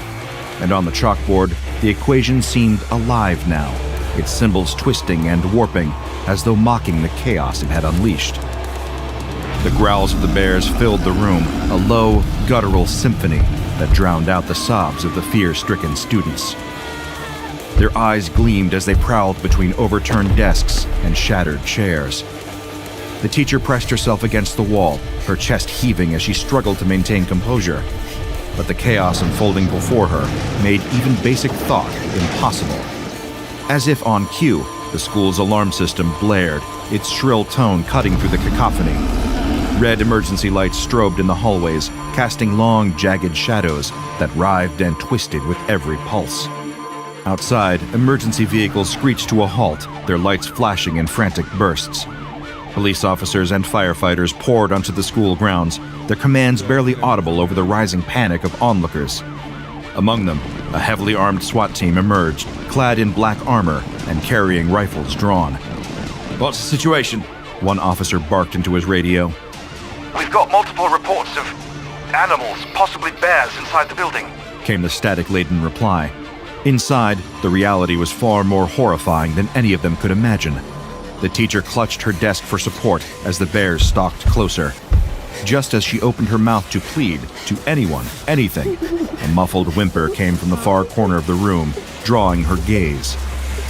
One of the students was trembling violently, their body jerking as though caught in an invisible grip. Their skin flushed crimson, veins bulging unnaturally. The teacher took a hesitant step forward, reaching out instinctively. "Are you—" The words died in her throat as the child's body twisted with an audible crack, their features distorting grotesquely. Fur erupted from their skin as their frame expanded into a hulking, bestial form. "No!" the teacher screamed, stumbling back. But it was already too late. The transformed child, a bear now, released an earth-shaking roar and lunged at the nearest cluster of students. Chaos erupted anew as desks shattered and screams turned to wails of agony. One by one, other children began to convulse, their cries blending with the monstrous growls as they too succumbed to the transformation. Fur replaced flesh, bones cracked and reformed, and human voices gave way to feral roars. The remaining students were no match for the onslaught. The newly transformed bears tore through the classroom, their claws mauling flesh and their jaws snapping through bone. Blood sprayed across the walls, pooling beneath shattered desks and trampled books. The teacher could only watch in frozen horror as the room descended into a scene of unspeakable carnage. By the time the growls subsided, silence reigned once more, broken only by the faint, metallic buzz of the classroom's fluorescent lights. She stood alone, trembling, surrounded by the bears that had once been her students. Their golden eyes glinted in the dim light, their massive bodies shifting as they turned their focus toward her. Her legs buckled beneath her, but she forced herself to remain standing, her chest rising and falling with shallow, rapid breaths. The largest bear moved forward, each thundering step echoing across the classroom floor. Its sheer presence was suffocating. Its eyes locked onto her with a predatory intensity that froze her in place. The teacher's body quivered, her mind racing, her lips parted, mouthing silent prayers. The bear raised a massive paw, claws glinting with the red of its most recent victims, and took another step closer. Suddenly, a deafening gunshot ripped through the air, shattering the eerie stillness. The classroom window exploded inward, sending shards of glass scattering across the floor. The bear's massive frame shuddered as the bullet tore into its flank, crimson streaking its fur as the bullet struck deep. It whirled toward the source of the attack, its eyes blazing with fury. With a savage roar, it launched itself through the shattered window, landing heavily on the grass outside. The crowd of onlookers scattered, screams piercing the air as the enraged bear thundered toward them. Emergency personnel scrambled to respond as the SWAT team opened fire in a desperate attempt to subdue the creature. The bear was relentless. It tore through the first officer it encountered, swiping with claws that shredded armor and flesh alike. The other bears followed suit, leaping from the school's broken windows to join the carnage. The school's parking lot was filled with gunfire, screams, and the unrelenting roars of the bears as they ravaged everything in their path. It was only a matter of hours before the situation drew the attention of the SCP Foundation. Black vans with tinted windows rolled onto the school grounds. As the vehicles came to a stop, the sound of synchronized doors opening echoed like the prelude to a military operation. Agents in tactical gear emerged, their movements precise and deliberate. Black-clad and heavily armed, they carried an aura of unyielding authority. Without a word, they fanned out, securing the perimeter with practiced efficiency. A handful of agents approached the shattered school entrance, their footsteps crunching over broken glass and splintered wood. Survivors, shell-shocked students, and trembling faculty were quickly ushered into waiting vehicles. The agents spoke in low, calming tones, their reassurances almost robotic. Most of the evacuees wore blank expressions, too traumatized to resist, their eyes glazed as they stumbled toward safety. The gathered crowd of growing onlookers was less cooperative. Fearful whispers rippled through them, speculation and panic feeding into each other. A woman demanded answers from an agent. "What's happening? Are my kids safe? Tell me what's going on." The agent offered a neutral smile, his tone disarming but firm. Everything is under control, Mom. Please return to your home. She hesitated, her eyes darting to the shattered windows of the school. The agent leaned closer, whispering something she wouldn't remember moments later, as a small spray of mist dissipated between them. She blinked, confused, before quietly turning away, her panic replaced with a vague sense of forgetfulness. One by one, witnesses were intercepted and their memories selectively altered with Class B amnestics. By nightfall, the crowd had dispersed entirely. The schoolyard, once a scene of horror and carnage, was now quiet, save for the occasional murmur of Foundation personnel. Those who left carried no recollection of the events, only an unshakable sense of unease they couldn't explain. The once chaotic classroom had been transformed into a sterile examination site. Bright floodlights illuminated every corner, their harsh beams casting long, ominous shadows. The walls, still streaked with blood, bore silent testimony to the carnage that had unfolded just hours earlier. In the center of the room, the chalkboard remained untouched, the equation scrawled across its surface unassuming at first glance. Yet, as moments stretched, the air around it seemed to ripple faintly, charged with a tension that pressed against the walls. The symbols, motionless yet alive with hidden intent, seemed to hum with an inaudible vibration, like the lingering resonance of a struck tuning fork.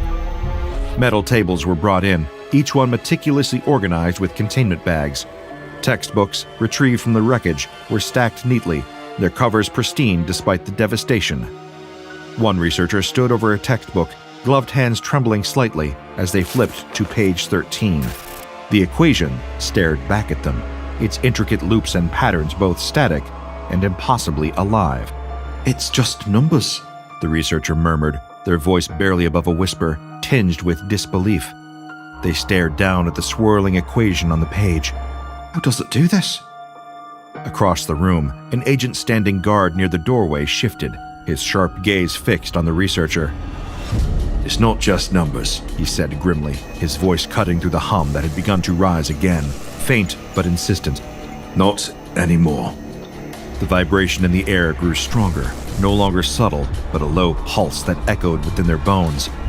Everyone froze, their breaths catching as the sensation spread. The agent by the door, his face impassive moments ago, suddenly winced. His hand shot up to his temple, fingers digging into the side of his head, as if trying to block out an invisible force. You alright? The researcher asked, their voice tight with concern. The agent didn't respond.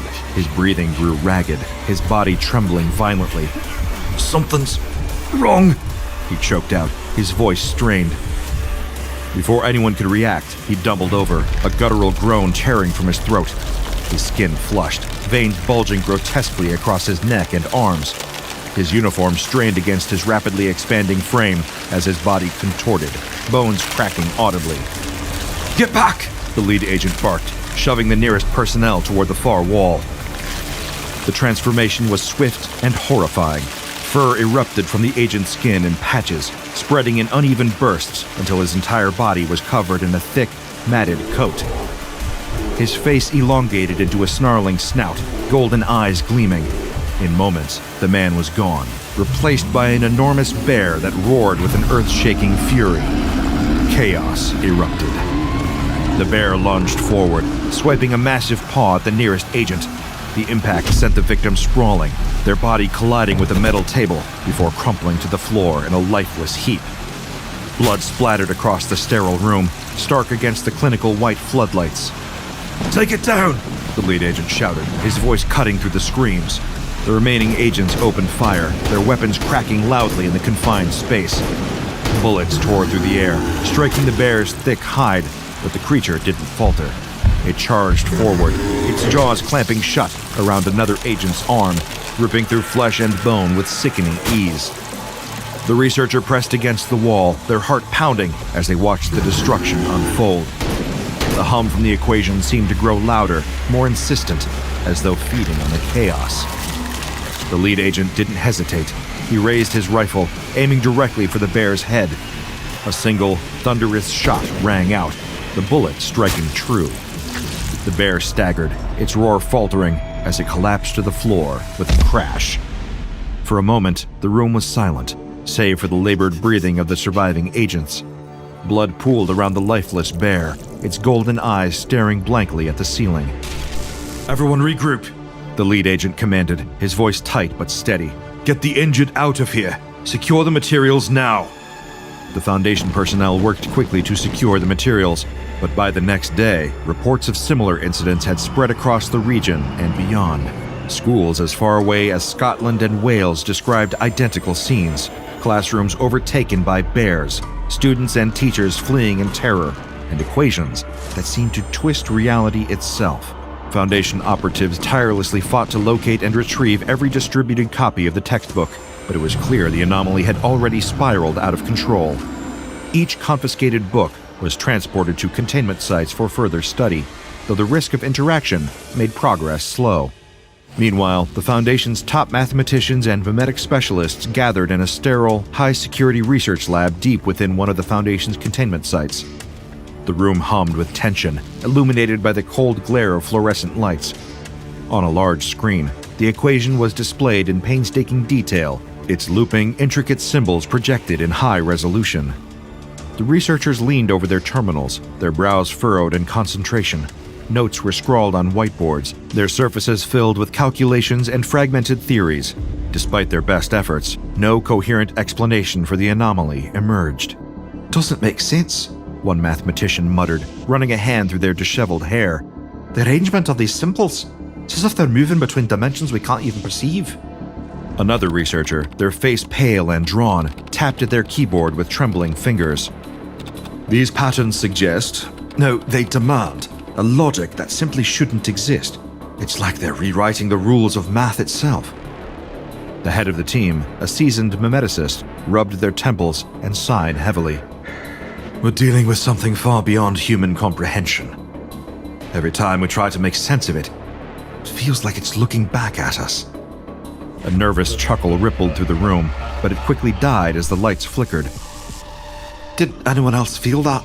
One of the mathematicians asked, glancing around nervously.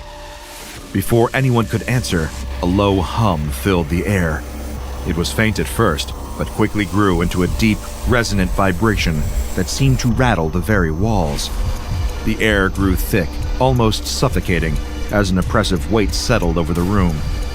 The symbols on the screen began to shimmer, their static forms twisted and writhed as though they were alive, pulsing with a sinister energy. Oh God, someone whispered, their voice barely audible.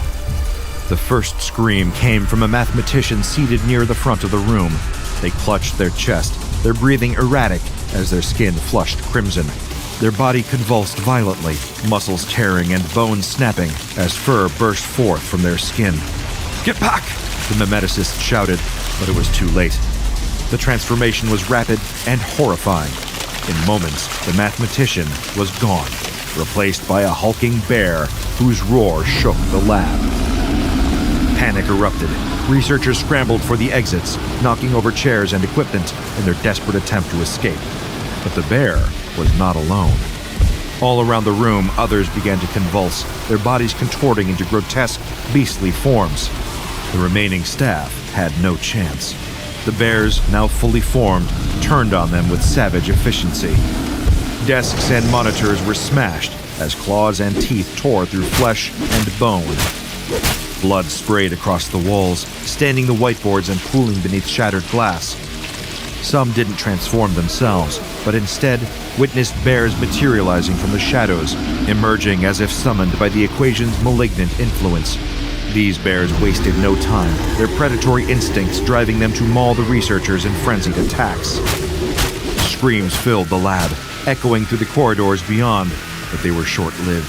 Within moments, the room fell silent, save for the low growls of the bears and the faint, persistent hum emanating from the screen. When security personnel finally breached the lab, they were met with a scene of devastation.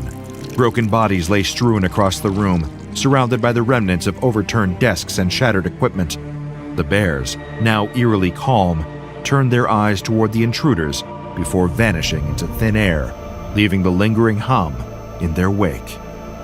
The head of the containment team stared at the screen where the equation remained, its symbols still shimmering faintly. Seal every trace of it, they said hoarsely. This anomaly came to be known as SCP-513. Classified as Keter with a threat level of orange, it is an anomalous mathematical equation that, when solved, manifests a tangible adult female grizzly bear, Ursus arctos. The equation itself adheres to standard mathematical principles, but uniquely produces a physical bear instead of a numerical value, requiring only that the solver fully completes it, whether written or mentally calculated. First discovered following a bizarre bear attack at Whitecross Secondary School in Hereford, England, SCP-513 has since been linked to over 1,724 incidents globally. These attacks have resulted in more than 1,600 fatalities and 900 injuries, with at least 20% of manifested bears or their unstable derivatives still unaccounted for. SCP-513's derivative equations yield even stranger results, such as square roots of bears or bear multiplications, which briefly produce horrific, poorly integrated entities that wreak havoc before their inevitable collapse. The Foundation's containment efforts include monitoring schools for bear attacks, deploying Mobile Task Force Delta 10, Answer Key, to neutralize threats, and erasing civilian knowledge with amnestics. Personnel are strictly prohibited from solving the equation, as even partial comprehension risks catastrophic manifestations. Excess bears are either released, repurposed for Foundation needs, or quietly disposed of. Ultimately, SCP-513 defies explanation and containment in equal measure. Perhaps the most fitting lesson here isn't mathematical, but philosophical. Some problems really do have unbearable solutions. These winters are getting worse every year. That's for sure. The old cattle rancher doesn't know if it's the climate changing, God's judgment arriving, or if he's just getting older and struggling to keep up. Probably a strong mix of all of it. Whatever the cause, it doesn't change the facts. It's deathly cold out there. His ailing, elderly ma's health continues to deteriorate. He hasn't heard from his delivery driver Jorge in days, and on top of it all, his loyal dog Maribel is out there barking into the darkness of the barn. The rancher heads out to fetch her. He doesn't know what he'd do if she froze. He whistles, but she doesn't look back at him. She just carries on barking up that road into the snowy night. The rancher wades through the snow and peers in the direction she's looking. There's nothing there, girl. Get inside. But Maribel keeps barking. She's insisting. He looks again. Is that? The rancher takes off running up the road. All thoughts of cold immediately gone from his mind, he races towards the figure as fast as he can. His frozen fingers fumble at the zipper on his parka. Icy wind stabs the insides of his lungs. Maribel shoots off ahead of him. There, he pulls the zipper down and wrestles the thick coat off of his shoulders just as he reaches the tiny figure. He drops to his knees and throws the coat over the shoulders of the little girl standing alone in the snow. Quick as he can, he wraps it tightly around her, pulling the hood up and over her head. He takes her tiny shoulders in his hands and gives her a shake. You okay? Hello? Can you hear me? The girl sways for a moment, then collapses. He catches her, and in one deft motion, scoops her into his arms and takes off back down the road in the direction of his farm. Where the hell had she come from? There are no buildings around here for miles. No one uses that road except Jorge. And in this weather, she couldn't have walked all the way over those mountains. She'd have frozen solid. He bites the finger of a glove and pulls it off. With his bare hand, he clasps one of hers. By the feel of her skin, she pretty much is frozen solid already. He needs to get her warmed up, now.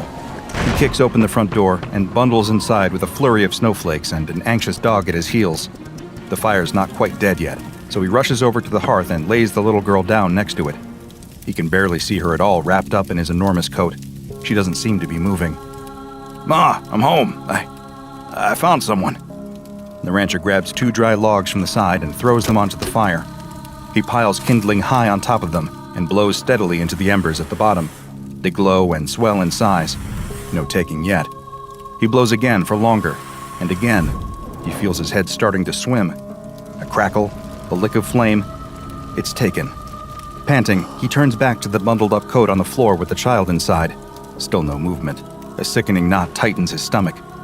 What if she's... No, don't let yourself think that. Not yet. He reaches down and gently undoes the zipper on the parka. His trembling fingers push back the hood. She's pale, deathly pale. Her dark brown hair is wet and clings to her scalp. The tips are frozen. At a guess, she must only be 9 years old. Eyes closed, lips a sickening blue. But that's not the color that scares him the most. On her neck, there's red. Delicately as he can, the rancher takes the coat off her shoulders and hangs it up by the fire. She's dressed only in a plaid shirt, way too big for her. It looks like an adult's shirt, similar to an old one he used to have years ago. But on her neck, her hands, her feet, is that same deep red, layers of blood frozen to her skin. He sits back, his mind blank. He's seen that much blood before. Sure he has. When you work with cattle, it's an unfortunate part of the job. He's seen cows bleed out during childbirth. The girl in front of him, she's the same color as those orphaned calves that lie crying on the floor. A groaning sound fills the room. The rancher looks across at the armchair where his ma sits. She doesn't look at him, doesn't look at the girl on the floor. She just stares into the fire, same way she always does. Ma groans again, trying to express something she doesn't understand, being in a world without living in it. Ma, it's okay. Sorry if I startled you. We have a guest with us. But she just keeps on groaning and staring into the fire. The rancher buries his head in his hands and lets out a deep breath. Only the sound of his breath is joined by another, a tiny breath rattling and rasping through a damaged child's throat, trying its best to keep its host alive. The rancher opens his eyes and stares at the child. She isn't conscious, not by a long shot, but she's breathing, a little at a time. The icicles in her hair have turned into rounded droplets of water that glow by the heat of the fire. He snaps back to his senses. He's not doing her much if she's just lying there soaking wet. He runs off upstairs and grabs some towels and a fresh flannel shirt to wear. After several minutes of drying her off, He's confident enough that he's got most of the water off. There's still a lot of blood caked to her skin, but as far as he can tell, there's no wound anywhere that it could have come from. Brow furrowed, he leaves her under a bundle of blankets and fills up the kettle with water. Hanging it carefully over the fire, he walks over to the cabinet and fishes out a tin of cocoa from the top shelf. Hasn't been used in years, but should still be fine. He would make it with milk, but she's probably dehydrated. Lifting the kettle's lid with the poker, the rancher pours the brown powder inside and waits for it to boil. The little girl's eyes are open now. She's staring into the flames. Her lips are looking a little more pink, her skin a little more blotchy. You're safe here. Just stay by the fire and warm up a bit. You like cocoa? The little girl drags her eyes away from the flames. Her expression is mostly blank. She looks too tired to be confused. I don't know. I think you will. Ma always gave me cocoa. Okay. And with that, the farmhouse falls silent. The little girl stares into the fire. The rancher watches her, finally feeling the wave of exhaustion crashing over him. His ma has fallen asleep in her armchair. Only Maribel stays awake through the whole night, staying close to the little girl by the fire, occasionally licking her toes to try and warm them up. By the morning, the snow stopped, but the huge drifts remain. As the rancher walks across to the barn, he finds it hard to believe that just a few hours ago, the winds were whipping at his face as hard as they were. The world this morning is totally still. What the rancher finds even harder to believe is that there's a little girl in his house right now, fast asleep by the fire. He checked her forehead when he woke up this morning, and she miraculously hadn't caught a fever. She couldn't have been out in that weather for too long, but it only made the question more mysterious. Where did she come from? Maribel didn't get up this morning. From all of the excitement last night, she must have been too tired for today. Walking through the crisp morning air, he can't really blame her. He shoulders the barn door open. A column of steam curls out of the opening. All of that warmth, humidity, and cattle smell is strangely comforting this morning. But as the rancher goes around checking on all the cows inside, he very quickly discovers a problem. They're thin. Way too thin. Some of them look to be on the verge of starvation. He'd missed it last night as he drove them down in the dark, but in the warm glow of the barn's lights, it's unmistakable. These cows haven't been eating properly. He pours out several sacks of grain for them into the troughs, and they all gather around hungrily, filling both their stomachs as fast as they can. The rancher leans on the railing for a moment, confused. Even in this cold, there was still plenty of green grass for them up on the ridge. That's why he'd taken them up there. They should have had no trouble eating until the snow came in last night. He doesn't like this one bit. Last time Jorge had driven down and collected some of the meat, he'd had a few questions about the quantity being smaller than usual. Were the cows sick at all? Not that the rancher could tell.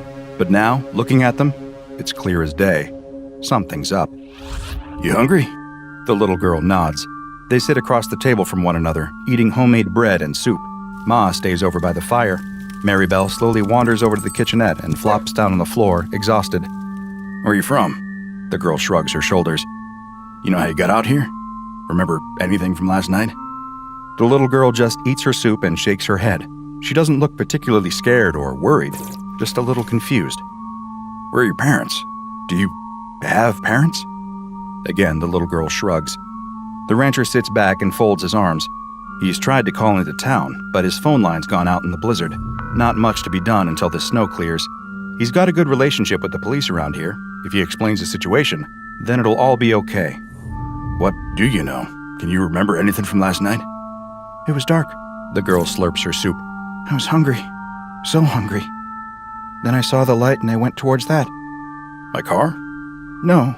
Well, yes, later on it was your car, but before it wasn't. What was the light then? Where were you? I don't know. It was just the light. Now he's even more confused, but try as he might, the rancher can't figure any of it out, and try as she might, the little girl can't remember anything more precise than that. The pair of them hop into the car and drive back out up the road that afternoon. The snow is piled so high that the rancher is having to get out twice as often as he did the previous night to clear a track for them. He isn't actually sure what he's brought her out here looking for. Clues, maybe? He almost laughs at himself at the thought, but that's probably the best word for it. If he can figure out how she got here, then he can work on understanding who she is and how to get her home. There's the damage to the phone line. One of the masts has collapsed, sagging heavily on the lines. That's not something he can fix on his own. No, sir. Looks like he'll have to wait for the snow to melt before making any phone calls again. That could be in 1 week, That could be in 3 months. He glances at the child sitting in the passenger seat. She's just staring out of the window in amazement, wrapped up in as many layers as he could put on her. They may be stuck together for a while. A lurch. The pickup plunges dangerously to the left. The rancher slams on the brakes and it comes to a stop just in time. A large chunk of snow in front of them comes loose and slips off the side of the road. It tumbles down into a gully that he hadn't even spotted. With all this snow on the ground, he has no frame of reference. Everything is just white. Stay here. The rancher opens the door and climbs out. He wishes Maribel was with him, but she'd wanted to stay home again. Poor dog. She must really be going through it if she wasn't even up for a ride in the pickup. Carefully as he can, testing every step before making it, the rancher creeps over to the edge of the gully. It's bigger than he thought, much bigger.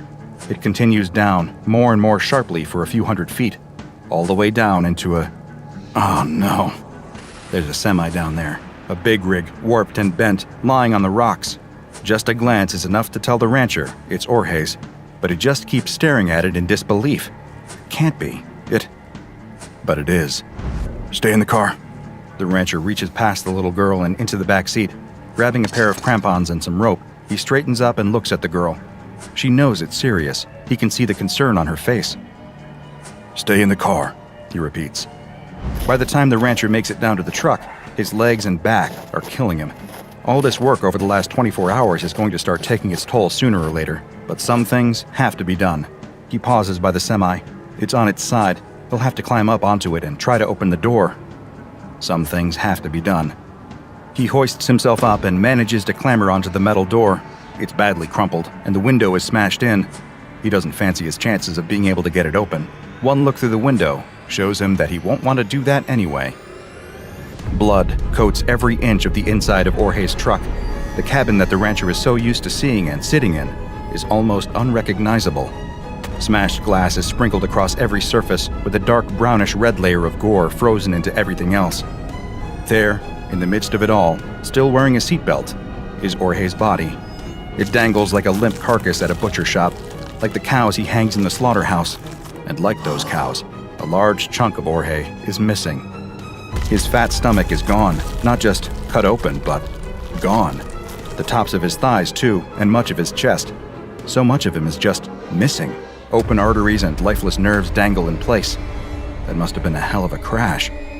The rancher reaches over and pulls Jorge's cap down over his eyes. Not much else to be done right now.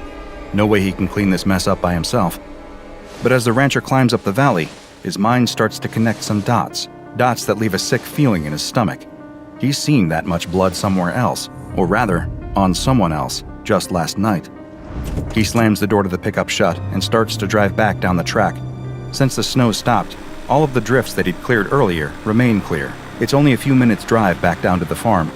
He doesn't say a word the whole way, and neither does the little girl. She clearly senses something's up. The sick feeling in his stomach remains.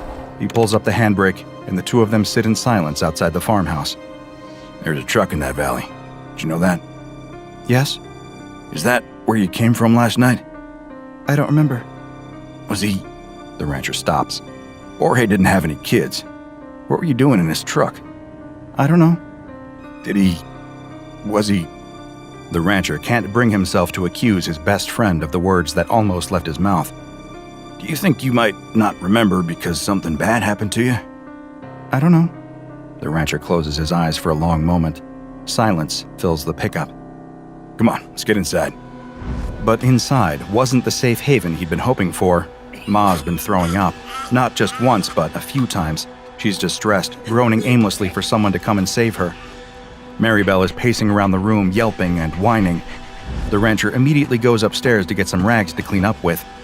Perfect timing, as usual. But he stops in his tracks when he comes back down. His ma stopped moaning. The little girl is kneeling by the armchair, holding the old lady's hand. The room is calm. The little girl gently places the frail hand back on the armrest and comes over to take the rags from the rancher. Returning to the old lady, the girl goes about mopping her up as best she can. Maribel slumps back down on the floor.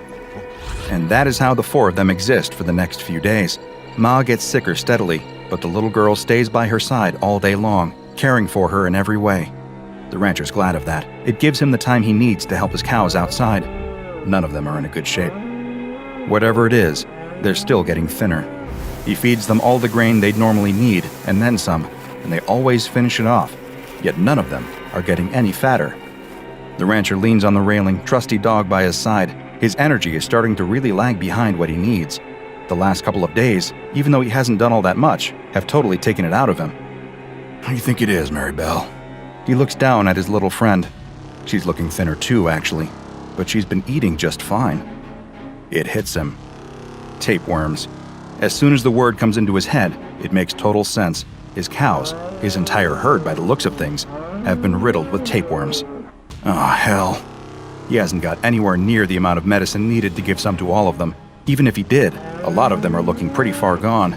The chance of reinfection would be high. He needs supplies. He needs Jorge. Maribel whines softly next to him. He knows what they have to do. Laying Maribel down carefully by the fire, the rancher administers the tapeworm medicine.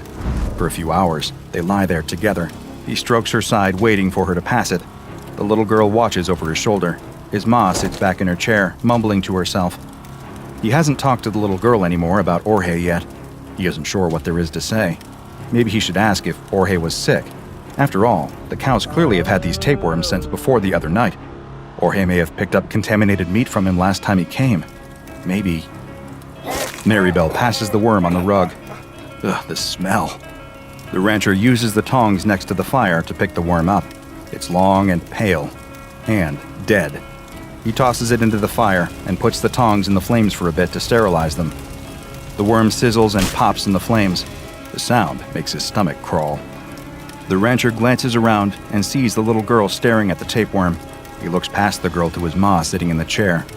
Her turn next. But as that night and the following morning reveal, it's too late. His ma's groans turn into cries of pain. She openly sobs by the fire, clutching at her stomach. Every time the rancher tries to give her the medicine, she just vomits it back up. Each time she vomits, there's more and more blood mixed in. The little girl gets more and more upset. It's not fair on her to have to witness something this traumatic and disgusting. There's nowhere else for her to go. She shouldn't even be here at all. The fact that she is means she has to help. That's all there is to it. By sunrise, his ma has passed away. There is nasty red bruising all across her abdomen, which tells him she must have bled out internally from this worm. He'd been too late to realize what was wrong. Too late with the cows, and too late with his ma. He covers his ma with a blanket and tells the little girl not to go and wash her hands. He needs to check on the cattle. Sure enough, during the night, a handful of them died too. The calves. They were the ones to go first whenever something like this happened. Mother cows stood over their calves, licking their heads, willing them to wake up. The rancher drags each body out to the back and burns them. He can't risk any more contamination. As the carcasses burn, he allows himself to cry. But when the rancher comes back into the house, it's full of noise, a noise that takes his brain a long time to comprehend. Crying, but not his own, not the little girl either. No, it was a new sound. It was a baby. A newborn child screaming at the top of its lungs. The rancher can't believe what he's looking at. The little girl is sitting at the hearth with Maribel at her feet. In her arms, drenched in blood, is a baby. The girl looks up at him and smiles sweetly. It's a boy. Then she turns around to his ma's body under the blanket. A sickening red patch soaks through the fabric, right over where her stomach would be. What the hell happened here? I've got a little brother. Securing and containing SCP-1003 has proven challenging.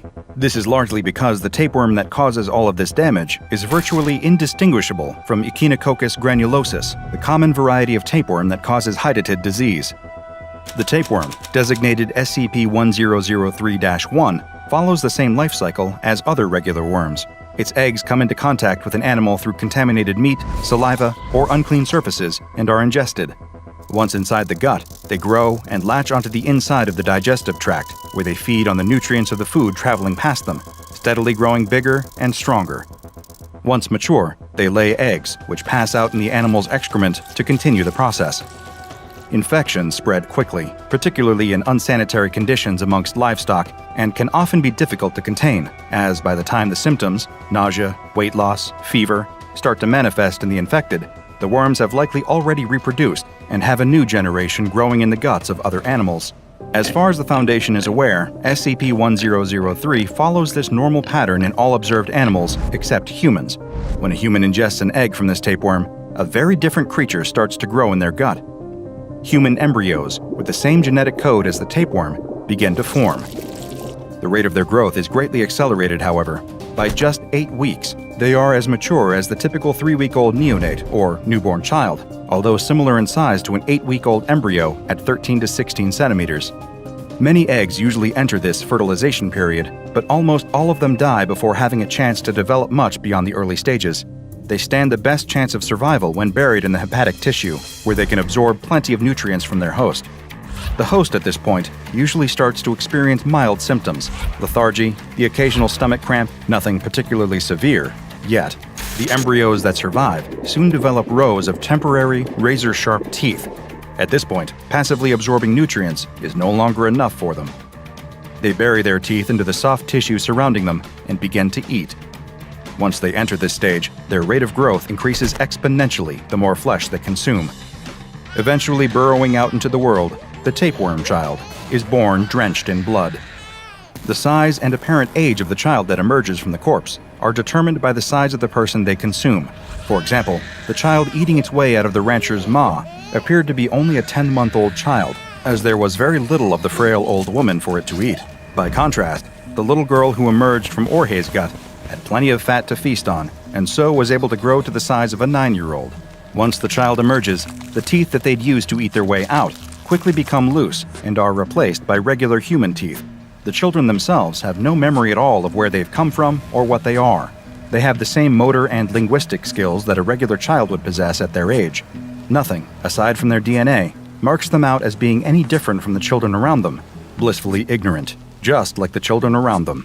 It is theorized that many of these children end up in orphanages. With no birth certificates or identifiable parents, they fall through the gaps in the system, quickly lost to the world.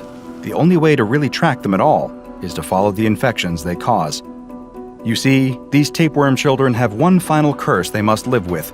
Their bodily fluids, their saliva and sweat, contain the same tapeworm protoscolex that will develop into SCP-1003-1 as soon as it is ingested by another creature, making the cycle start all over again.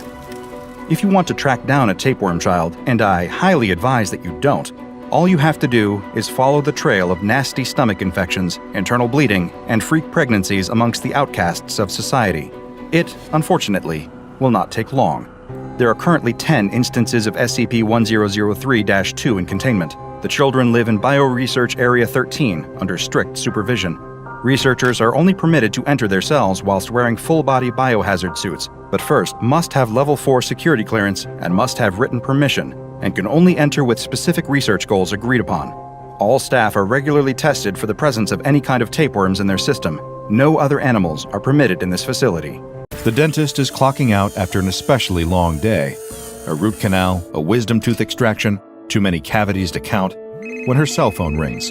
She answers and is surprised to hear the panicked voice of her wife on the other line. Her heart stops for a moment as she imagines the worst, a car accident, a house fire.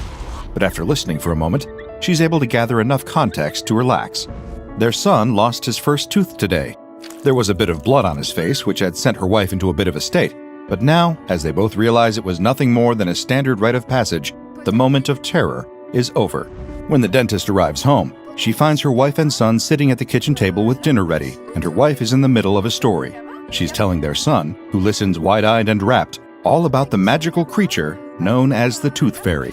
Later that night, after they've read the boy a story and put him to bed, the two mothers remind him to put his freshly lost tooth under his pillow. When he wakes up, they promise the Tooth Fairy will have left him a surprise. They wait for him to fall asleep, and then, when they hear his gentle snoring, it's time for the swap. The mother who works with teeth all day opts to do the honors. It only seems fair. She sneaks into the room, careful not to wake the boy, and lifts the edge of his pillow. Hang on. What happened to the tooth? She can't see it anywhere. She lifts the pillow just a bit more, but she can't find it. What she sees instead is a fluttering motion as something small and winged darts out from underneath the pillow. She covers her mouth to stifle a startled scream. It's just a moth, she realizes, as the little winged shape darts around the darkened room. Nothing to worry about. The tooth probably got lost in the sheets. Nothing to worry about. She slips a quarter under the pillow and sneaks back out of the room. She doesn't stay long enough to see the little winged creature, the thing she thinks is a moth, fly toward her son's face, landing in his open mouth. The next morning, the boy is delighted to find a shiny quarter under his pillow. He is less delighted to find that he has come down with a sudden case of the sniffles and sneezes. As the dentist heads off for another day of work, her wife calls out from her own job, opting to keep the boy home from school today, just in case. Meanwhile, the dentist is hard at work once more. Today is a bit less stressful than yesterday, but not by a wide margin. Her first patient of the day refuses to sit still while she checks for cavities, nearly kicking her in the process. After they leave, she takes a moment in the back with a cup of coffee, centering herself. When she walks back into the waiting room, she sees her wife sitting there with their son. What are they doing here? She asks her wife, and sees tears in her eyes as she struggles to answer. She turns to their son and asks him what's wrong. He doesn't say a word. Instead, he just opens his mouth. The tooth he lost the day before has grown back. But that's not all. His mouth is full of teeth. And that is not hyperbole. There are teeth all across the roof of his mouth, the insides of his cheeks, covering his tongue. The dentist suspects that if she shone a light down his throat, she would see teeth all the way down. She'd better call in a specialist, because this is no job for an ordinary dental practitioner. It isn't her fault. She could never have been prepared for her son to come down with a case of SCP-513. SCP-513 is a species of small entities of varying size and shape, which resemble a darkly colored butterfly or moth when in flight. Though they have been encountered in the wild frequently, they are elusive and difficult to capture. Instances of SCP-513 that have been contained do not appear to have a need for food, sleep, air, or reproduction. There is still little known about the nature and motives of SCP-513, but this much is clear. They are predatory in nature and tend to target humans under the age of 25, especially those who have not yet lost all of their deciduous teeth. When an instance of SCP-513 finds its prey, it will enter the victim's mouth while they sleep and attach itself to the soft palate in the upper nasal cavity, blocking one of the nostrils. After the creature has embedded there, the victim's body will begin to produce an excess of mucus. With the stuffy nose and increased mucus production, the victim will wake to believe they have come down with a cold. A bit of an annoyance, sure, but nothing some rest, lots of fluids, and a bit of grandma's chicken soup recipe can't cure. That would be true if it were, in fact, a cold.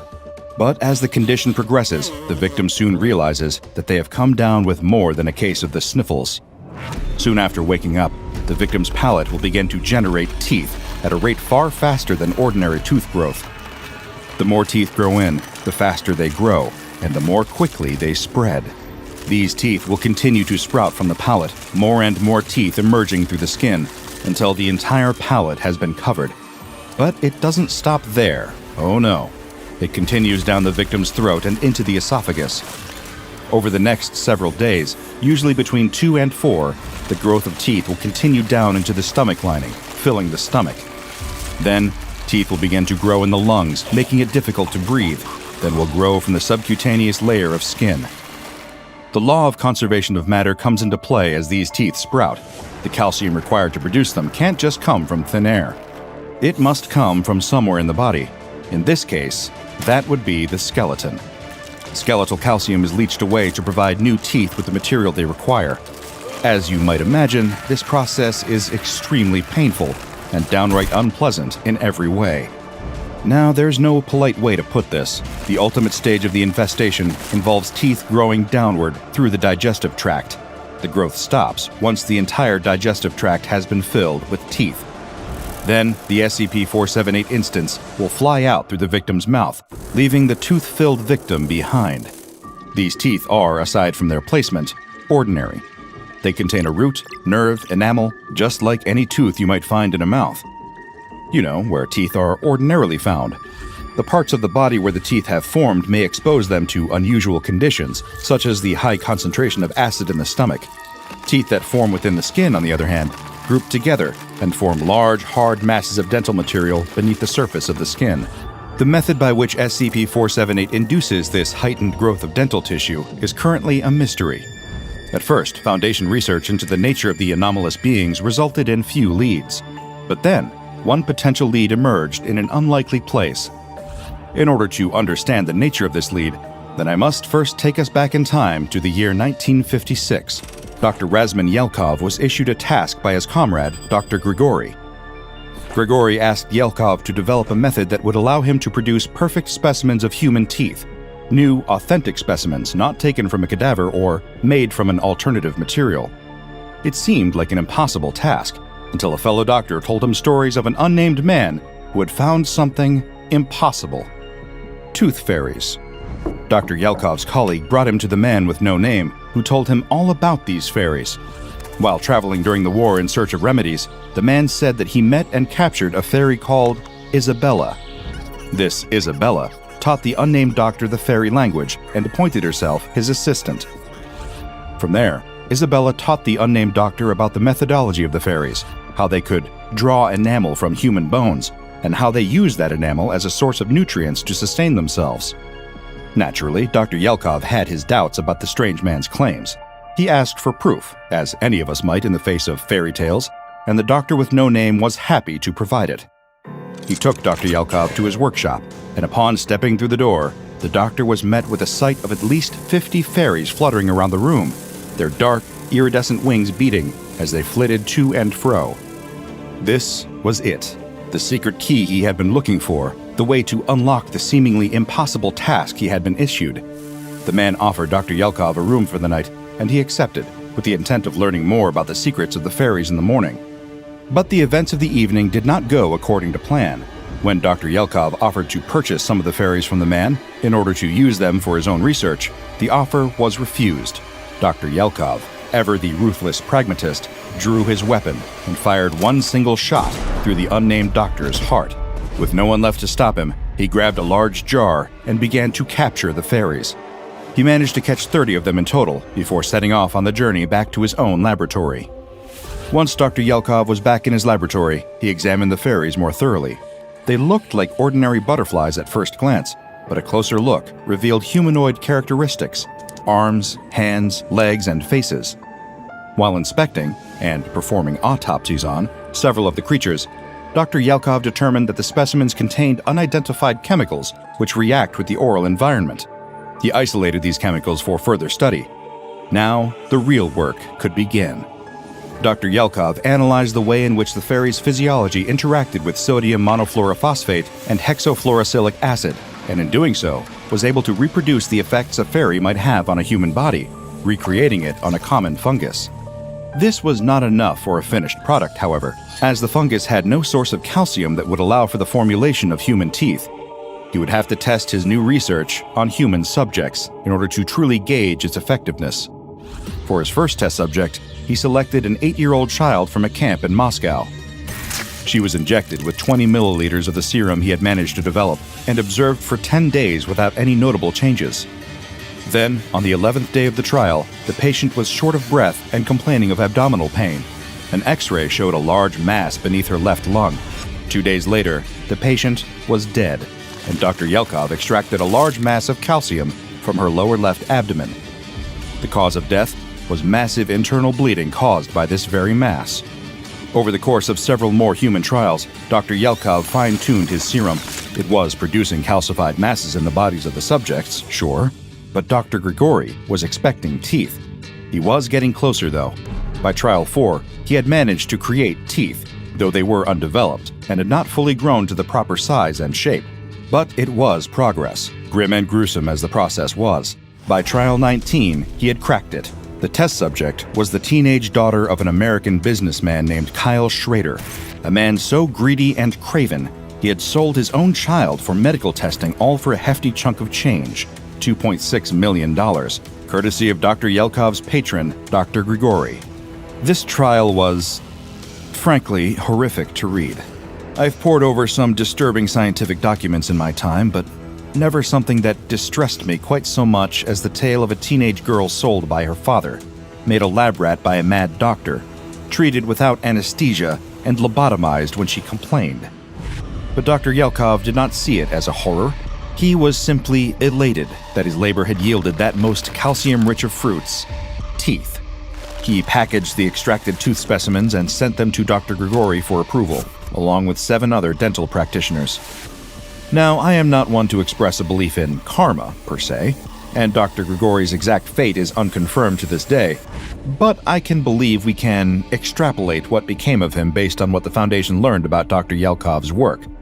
And if my guess is correct, then I believe Dr. Grigori got exactly what was coming to him. When SCP Foundation agents raided Dr. Yelkov's laboratory, they discovered a series of phenomena that were later designated SCP-1994. These, as we can now surmise, were the results of Dr. Yelkov's research with SCP-478. SCP-1994-1 is a serum, the chemical makeup of which has been rather difficult to pin down. Some samples of the serum have had higher levels of sodium monofluorophosphate, while others have had higher levels of hexafluorosilicic acid. Either way, application of this serum stimulates the growth of both maxillary and mandibular tooth structures, all outside of their usual environment of the human mouth. These resulting structures are classified SCP-1994-2, and though they appear identical to human teeth at first glance, they lack the basic structures of teeth. For example, they have no dentin layer or pulp tissue. They are simply solid pieces of dental enamel and are highly vulnerable to decay. As these enamel pieces decay, they release a white powder that is capable of infecting those who inhale it with a version of SCP-478's effects. Individuals infected with SCP-1994-2 powder, or who have been administered a dose of SCP-1994-1 serum, are termed SCP-1994-3. Once exposed, the infection progresses through 5 stages. First, there is initial exposure, after which the subject has no visible signs of infection for up to 2 weeks. Notably, this infection works far less quickly than a direct infestation of SCP-478. During this 2-week period, calcium deposits will begin to develop throughout the person's body, as cell structures ordinarily used for immune system response will reorient to become capable of gathering the components for producing enamel. After the 2-week period is up, and these calcium deposits have been effectively cooking under the skin the entire time, the subject will begin to develop cysts all over their skin, beginning on the limbs before progressing to the head, neck, back, and groin. These cysts are painful to the touch, and the subject will be compelled to resist any attempts to remove them in spite of the pain and discomfort. As the cysts grow and spread, they will rupture the skin and slowly decrease the metabolic functions of the subject.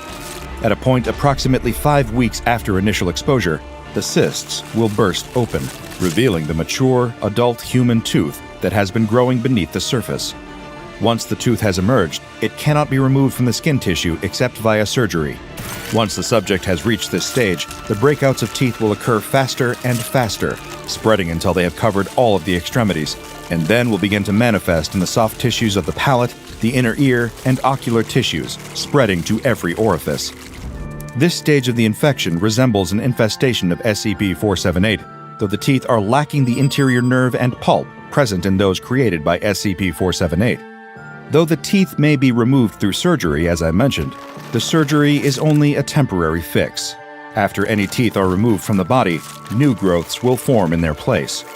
After 8 weeks following initial infection, the entire body of the subject will be covered in a layer of teeth, or SCP-1994-2. But then, it all gets even worse. The teeth will begin to develop carious lesions across all of their surfaces. It is unknown how these teeth decay, given the fact that they are not exposed to any acid-producing oral bacteria. But they do decay just the same, and the process is highly unpleasant. Over the course of no more than 7 days, all the thousands of teeth across the subject's body begin to show signs of gross decay and release that aforementioned infectious white powder. This is possibly due to the use of fungus in the serum's development phase, as this white powder is somewhat reminiscent of fungal spores. After the subject's body is covered in fully rotten teeth, they will perish in the ultimate stage of infection. The cause of death is due to the combination of weakened immune system, exposure to massive amounts of decay, and the inability to eat anything or receive nutrition intravenously. No subjects have lived longer than 2 weeks past full decay. SCP-1994 was discovered during a raid conducted by the Foundation in collaboration with GRU Division P operatives in the former USSR in 1959. When they raided the laboratory, the Foundation discovered 9 instances of SCP-1994-3. 7 had already died, and 2 were decaying. Dr. Yelkov was nowhere to be found. but the Foundation did recover his notes and journals. The fairies he spoke of in his notes were also nowhere to be found, and the Foundation was unable to confirm their existence for several years. But then, they discovered an instance of SCP-478 in the wild. Dr. Yelkov really had encountered these creatures, captured them, studied them. Any instances of SCP-478 that are found are to be surgically removed from their victims before death and kept in one piece. After they have been recovered, they must be kept in specialized vacuum-sealed lockers in Biosite 66.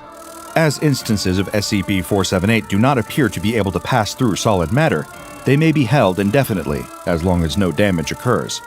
Victims who have only been mildly affected by SCP-478 may be given ordinary treatment in a civilian medical establishment, though Foundation surgeons must perform the procedure under the guise of orthodontic surgery. As with ordinary surgery, the patient must be sedated. Victims who have been severely affected by SCP-478 must be taken to Biosite 16 for study. Because of the unique way in which SCP-478 works, infected individuals must not be terminated prematurely. Victims who have been deemed capable of a full recovery are to be treated for infection and released from Foundation custody. After recovering, they must be given a Class B amnestic, and false memories must be planted as to avoid arousing any suspicion. Though the process of infection that SCP-1994-3 instances go through shares some symptoms with an SCP-478 infestation, many of the symptoms differ dramatically. This in particular interests me. It would seem that the chemical components produced by SCP-478 are not the only factor in their effects on the human body. Something else must be responsible, something that requires the physical presence of one of these so-called fairies, rather than just the compounds they secrete or the chemical reactions they cause. Though I disagree deeply with his methodology, I can see why Dr. Yelkov was so compelled to study these creatures. If the Foundation is ever able to track down Dr. Yelkov, provided he is still alive, they may be able to discover more about these tooth fairies. If Dr. Yelkov had left the other nameless researcher alive, he might have learned even more about them, how to communicate with them, for example. If that other man's story is to be believed, these beings are sentient. They have names, their own language, and are capable of intelligent communication. Maybe, with some further study and some cooperative living specimens, the Foundation could learn the secrets of the fairy language just as the other doctor did. Imagine the possibilities if we could speak to these creatures. Perhaps they could ask them why it is they do what they do to us. Perhaps they could broker some sort of peace between the species. Perhaps, and this might be naively optimistic of me, they could ask them to stop. In the meantime, if you find a quarter under your pillow, make sure to check the inside of your mouth. You might just find an uninvited guest. Dragon snails, dragon snails, dragon snails! What happens when you cross a dragon with a snail? Do we have to spell it out for you? Dragon snails! The latest fiery hot kids trend from Dr. Wondertainment that will leave your house in ashes. Just kidding. But seriously, watch out for that. Does your kid love Pokemon, but hate the fact that they aren't real and don't pose any danger to their health and well-being? How boring! With dragon snails, you'll never have a dull moment again. They may move slowly, but their fire moves quick. Just one little puff, and they'll get you a fireball big enough to scorch your eyebrows off or start a modest log fire. The perfect Christmas gift to keep your house warm all winter. We've got green ones, we've got blue ones, we've got stripy ones. Breed them to start your own little empire of shell-dwelling hellraisers. Just remember, always keep a fire extinguisher close by. Start your collection today. Dr. Wondertainment is not legally, morally, or financially responsible for any injuries, death, or property damage resulting from the unsafe use of dragon snails or any other Dr. Wondertainment products. The intern leans in close to the glass, bored out of his mind. When he'd joined the Foundation 6 months ago, they'd told him that he would be key in securing, containing, and protecting some of the most incredible anomalies the world had ever seen. The reality of his day-to-day is very disappointing. He's on snail detail. Contained in a 5 meter by 5 meter by 5 meter plexiglass terrarium are 12 dragon snails. At first, he'd been so excited by the concept. A dragon and a snail mixed together? Genius. Until he realized that they actually just spend most of their days acting like snails. They very slowly slime their way around the walls or retract into their shells. Very occasionally, two of them would get into an argument and spurt a bit of fire, but the snails were all so small that a puff of fire was about all they could manage. Come back a few hours later, and you might see another one. In the meantime, they needed a nice long nap and a bite of lettuce. That's his job, by the way. Lettuce duty. Once a week, it's up to him to drop in 3 kilograms of iceberg lettuce. His nickname around the site quickly became Lettuce Boy. In the other rooms, he can hear demons from other dimensions roaring in fury, and occasionally the facility's power will dip out as a phase-shifting cyber ghost drains half the grid's power this side of the Mississippi. It's not unusual to see agents and researchers running through the hallways carrying futuristic alien weapons and talking of Keter-level threats. Meanwhile, he's Lettuce Boy. About once a month, a couple of the snails will get it on. Pretty X-rated stuff, not appropriate to show here, but feel free to let your imagination run wild. Whenever that happens, it's up to Lettuce Boy to mark a tally in his notebook, retrieve the egg, and transport it to the biological wing for freezing. He's pretty sure the senior researchers have forgotten about the dragon snails entirely, given that they've got several hundred in frozen storage at this point, with no real goal as to what to do with them. It stinks of some researcher kicking the can down the road to the next person to figure out what to do with. As if on cue, one of the snails pops out an egg. He lifts the lid of the enclosure, leans over, and scoops up the egg. The mother lets out a territorial puff of fire at him, enough to burn his fingertips. Another perk of the job is he's permanently got burnt hands. The flameproof gloves are on the way, apparently. They'll get here any week now. The floor rumbles as Lettuce Boy dutifully carries the egg along the corridor. A door to his left bursts open as a bus with spider's legs tries desperately to crawl its way to freedom. One on his right dematerializes completely, leaving an empty void of psychedelic colors. One ahead of him hangs wide open, with a creepy presence just out of sight around the corner. Lettuce Boy turns away from that one heading along the biological wing. He can hear tiny Play-Doh soldiers waging war in the coffee room again. A swarm of agents try their best to break up the conflict. Why can't he join their team? It's just not fair. Lettuce Boy goes into the room with the giant freezer and opens the glass door. Frozen air curls up to meet him. Hundreds of eggs just sitting there. They're all different patterns and colors. A few are even translucent. He adds his own little egg to the pile and sighs. Is this really all his job is going to be? He hits the light switch on his way out. Except, of course, it wasn't the light switch at all. He'd missed and hit the power on the freezer. But Lettuce Boy didn't know that. He just wandered back down the busy hallways, ignoring the sounds of chaos all around him, wondering when his job was ever going to get interesting. What's wrong with you? That's never a good way to start your workday. Lettuce Boy turns around to see one of the agents standing in the doorway scowling at him. He asks what's wrong. Your stupid snail dragon things, you've got to keep a better eye on them. One escaped. Lettuce Boy is shocked. He rushes over to the enclosure and counts. 2, 4, 6, 8, 10, 12. They're all here. What's this agent talking about? I killed it, stepped on it after it burned my ankle. Now I've got to go clean my shoe, thanks a lot. Lettuce Boy counts the dragon snails again. 12, just like he'd thought. What was this agent on about? He pokes his head around the corner into the corridor to call after the disappearing agent, but stops himself almost immediately.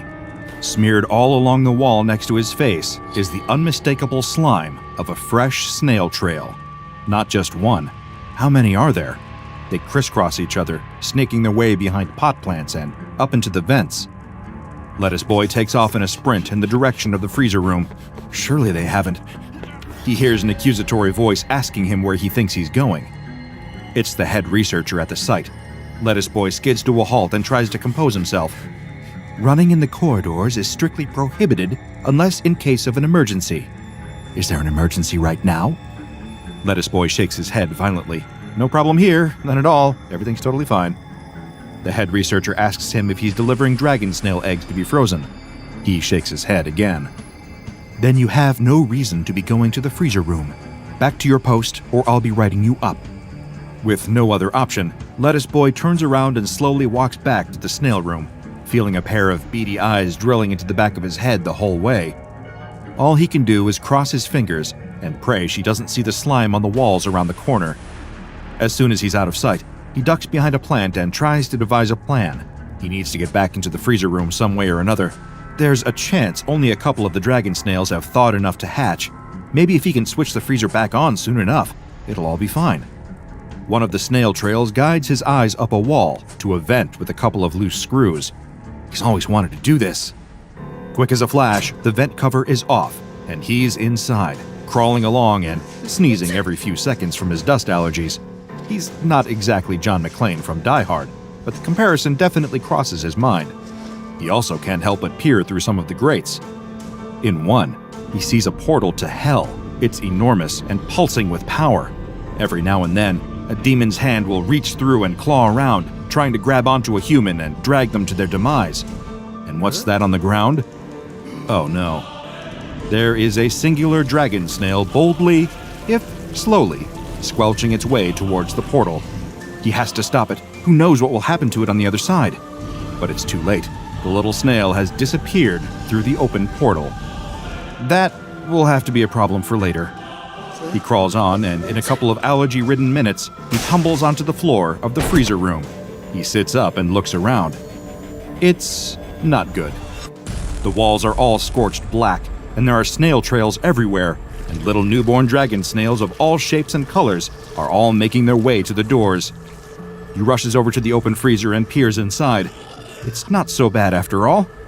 There are still close to 300 eggs sitting there unhatched. He lets out an involuntary laugh. Maybe it's not so bad after all. Maybe he won't get in too much trouble. But the sound of his laugh has done something. All around him, tiny shells start to crack. Wisps of smoke curl out of holes. Tiny dragon heads appear, followed closely by tiny snail bodies and shells. No, they're all hatching, every single one of them.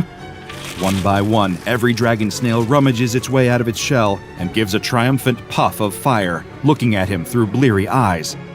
Looking at him. His heart sinks. He'd forgotten this part of his training. It had never come up because they hadn't hatched any newborns in his time. Dragon snails imprint. Just like baby ducklings, they attach themselves to the first living thing they see, thinking it's their mother. And as Lettuce Boy looks around the room, he suddenly has the dawning realization that he's got a whole lot of children now. He isn't ready for this kind of responsibility. What if he wanted to travel, to see Europe, to get a motorcycle? He couldn't do any of this now. He's got children to take care of. It's all too much. He needs a minute. But at that exact moment, there's a cough from behind him. The head researcher stands in the doorway, arms crossed, glowering. In unison, Lettuce Boy and all turn around sheepishly, knowing they are in big, big trouble. But as the head researcher starts to shout, something peculiar happens.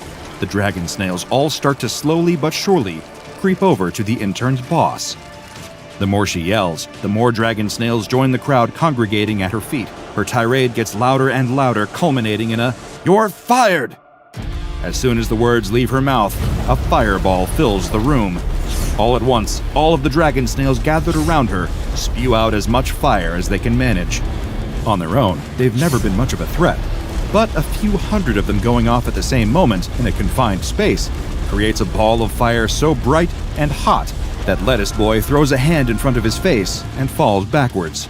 His hair is smoldering a bit, so he desperately pats at it with his sleeve, while staring at the spot where his boss used to be. Now all that remains is a pile of ash and a pair of shoes. Well, I'm definitely getting fired now. Lettuce Boy runs out into the hallway, peering around the corners to see if anyone is coming. Very slowly, an army of fire-breathing snails slowly follows him, leaving what can only be described as an ungodly amount of slime on the floor behind them. No, go back! Back in the room! Hide! But the dragon snails just keep following him, making little hooting sounds as they go.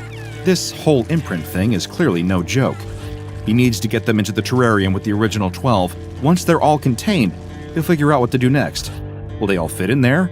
He's not so sure, but it's his only option right now. All of a sudden, a door in front of him bursts open, and out rush a flood of agents and researchers running for their lives. A wave of fire chases after them, burning out and dissipating in the hallway. They've all just come from the room with the hell portal in it, the same hell portal that the little dragon snail had entered just a short time ago. And sure enough, a colossal, painfully slow head appears around the door. The head of a dragon on the body of a snail. Only now, instead of being pocket-sized, it can barely fit through the doorway. Its eyes burn with hellfire as it lets out a thunderous roar. That snail must have imprinted on something on the other side of that portal, and we all know who rules the roost in hell. This isn't just a dragon snail anymore.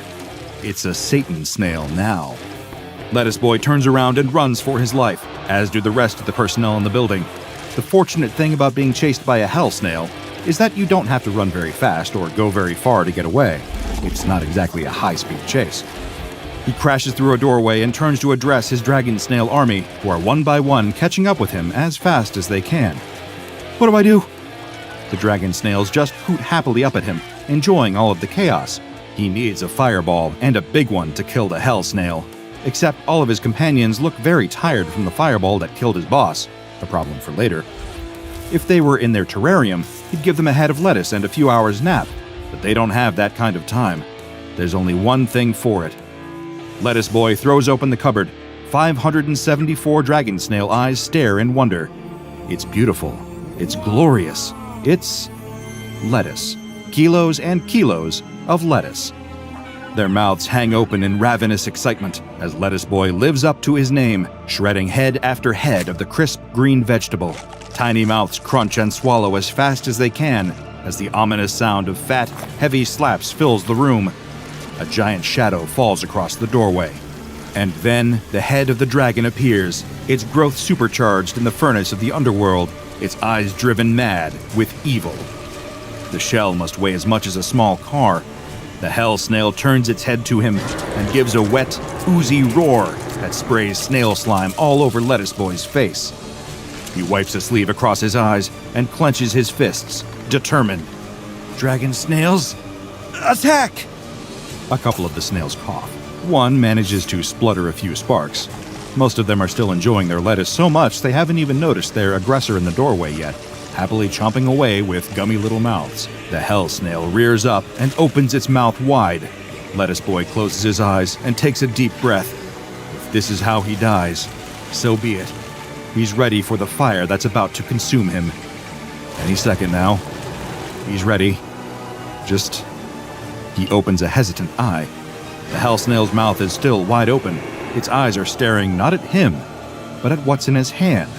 A head of lettuce. Lettuce Boy tosses the leafy vegetable into the hell snail's mouth, and it crunches down on it, happily swallowing it in just a couple of bites. It opens its mouth. Another. He tosses a second, then a third, then a fourth. By this point, the hell snail doesn't look so demonic anymore. It just looks like a giant dragon snail. In fact, it almost looks like it's smiling. Maybe that's the moral of the story. Sometimes those that we think are the big villains in our lives might just be a bit hungry. Lettuce Boy smiles at a good day's work. Then he remembers that he incinerated his boss. SCP-513, while referred to as dragon snails colloquially by Foundation personnel, are not actually snails at all. They appear to be an artificial invertebrate species that have been genetically designed to have the appearance of a snail and a dragon. If you take a closer look at their DNA structures, you quickly find that they don't really belong to either family when compared to the snail and dragon DNA that the Foundation has on hand. When fully grown, the adult dragon snails weigh in at roughly 300 grams, with a typical length of about 20 centimeters from the top of their head to the tip of their tail. So let's start with the head. Aside from fire breathing, this is the most dragon-like part of SCP-513. Unlike snails, they have quite advanced eyes that don't live on the tips of optic tentacles, as well as small horn-like structures that contain cartilage. Their mouths have complex vertebrate jaw structures as well, allowing them to take larger mouthfuls and open wide, ready to breathe out a spurt of fire. Internally, they are very different from your average snail.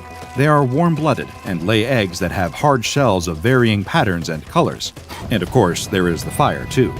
SCP-513 instances have hollow sacs just below their jaws, in which they store methane collected as a digestive byproduct.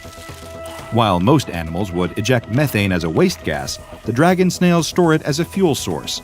A complex structure housed inside their trachea acts as a kind of flint and steel, so when they choose to exhale the methane gas from their jaw sacs along with a small spark, they can create quite an impressive fireball for their size. Due to the size of the dragon snails, this fire-breathing is a short-lived affair. They can usually only manage one puff of flame before exhausting their fuel supplies. As such, it is rarely used in physical self-defense and acts more as a warning, much like a frill-neck lizard deploys its frills to warn away predators or rivals. As the methane supply is built up from the digestive process, SCP-111 has to have an extended break before it is capable of producing more. They must digest more food and give their bodies time and rest to produce sufficient quantities of methane before they are ready to fire again.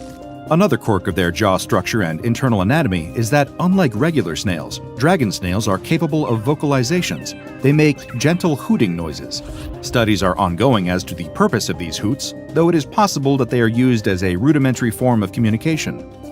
SCP-111 shows much higher intelligence than any known snail species. The fact that they can imprint onto other animals shows a level of awareness of the concept of a parent and the ability to distinguish that organism from others. They also appear to have a kind of social hierarchy as to who gets to have the best leaves of lettuce. But again, research is ongoing. Little is known about the origins of SCP-111. The 12 instances contained by the Foundation were received in an anonymous delivery to a Foundation shell establishment. Despite the best efforts of various agents, no one has been able to track down the sender. All that is known about their origins comes from a note left in the box, apparently some kind of advertisement for them, as if they are a product made by Dr. Wondertainment. For now, though, they are happy. The terrarium has been expanded greatly to accommodate all of the new dragon snails. Lettuce rains from the sky on a daily basis, keeping them happy. One giant snail with a fiery personality lives in the corner with a near constant supply of food to keep it docile, and the intern who was responsible for recapturing all of the escapees has received a promotion. It's just such a shame that the head of research was killed by that hell snail before anyone could save her. Check out the DrBob Patreon and become a junior researcher today. Now go and watch another entry from the files of DrBob, like SCP-1550, Dr. Wondertainment's custom pets, Top 12 SCP animals.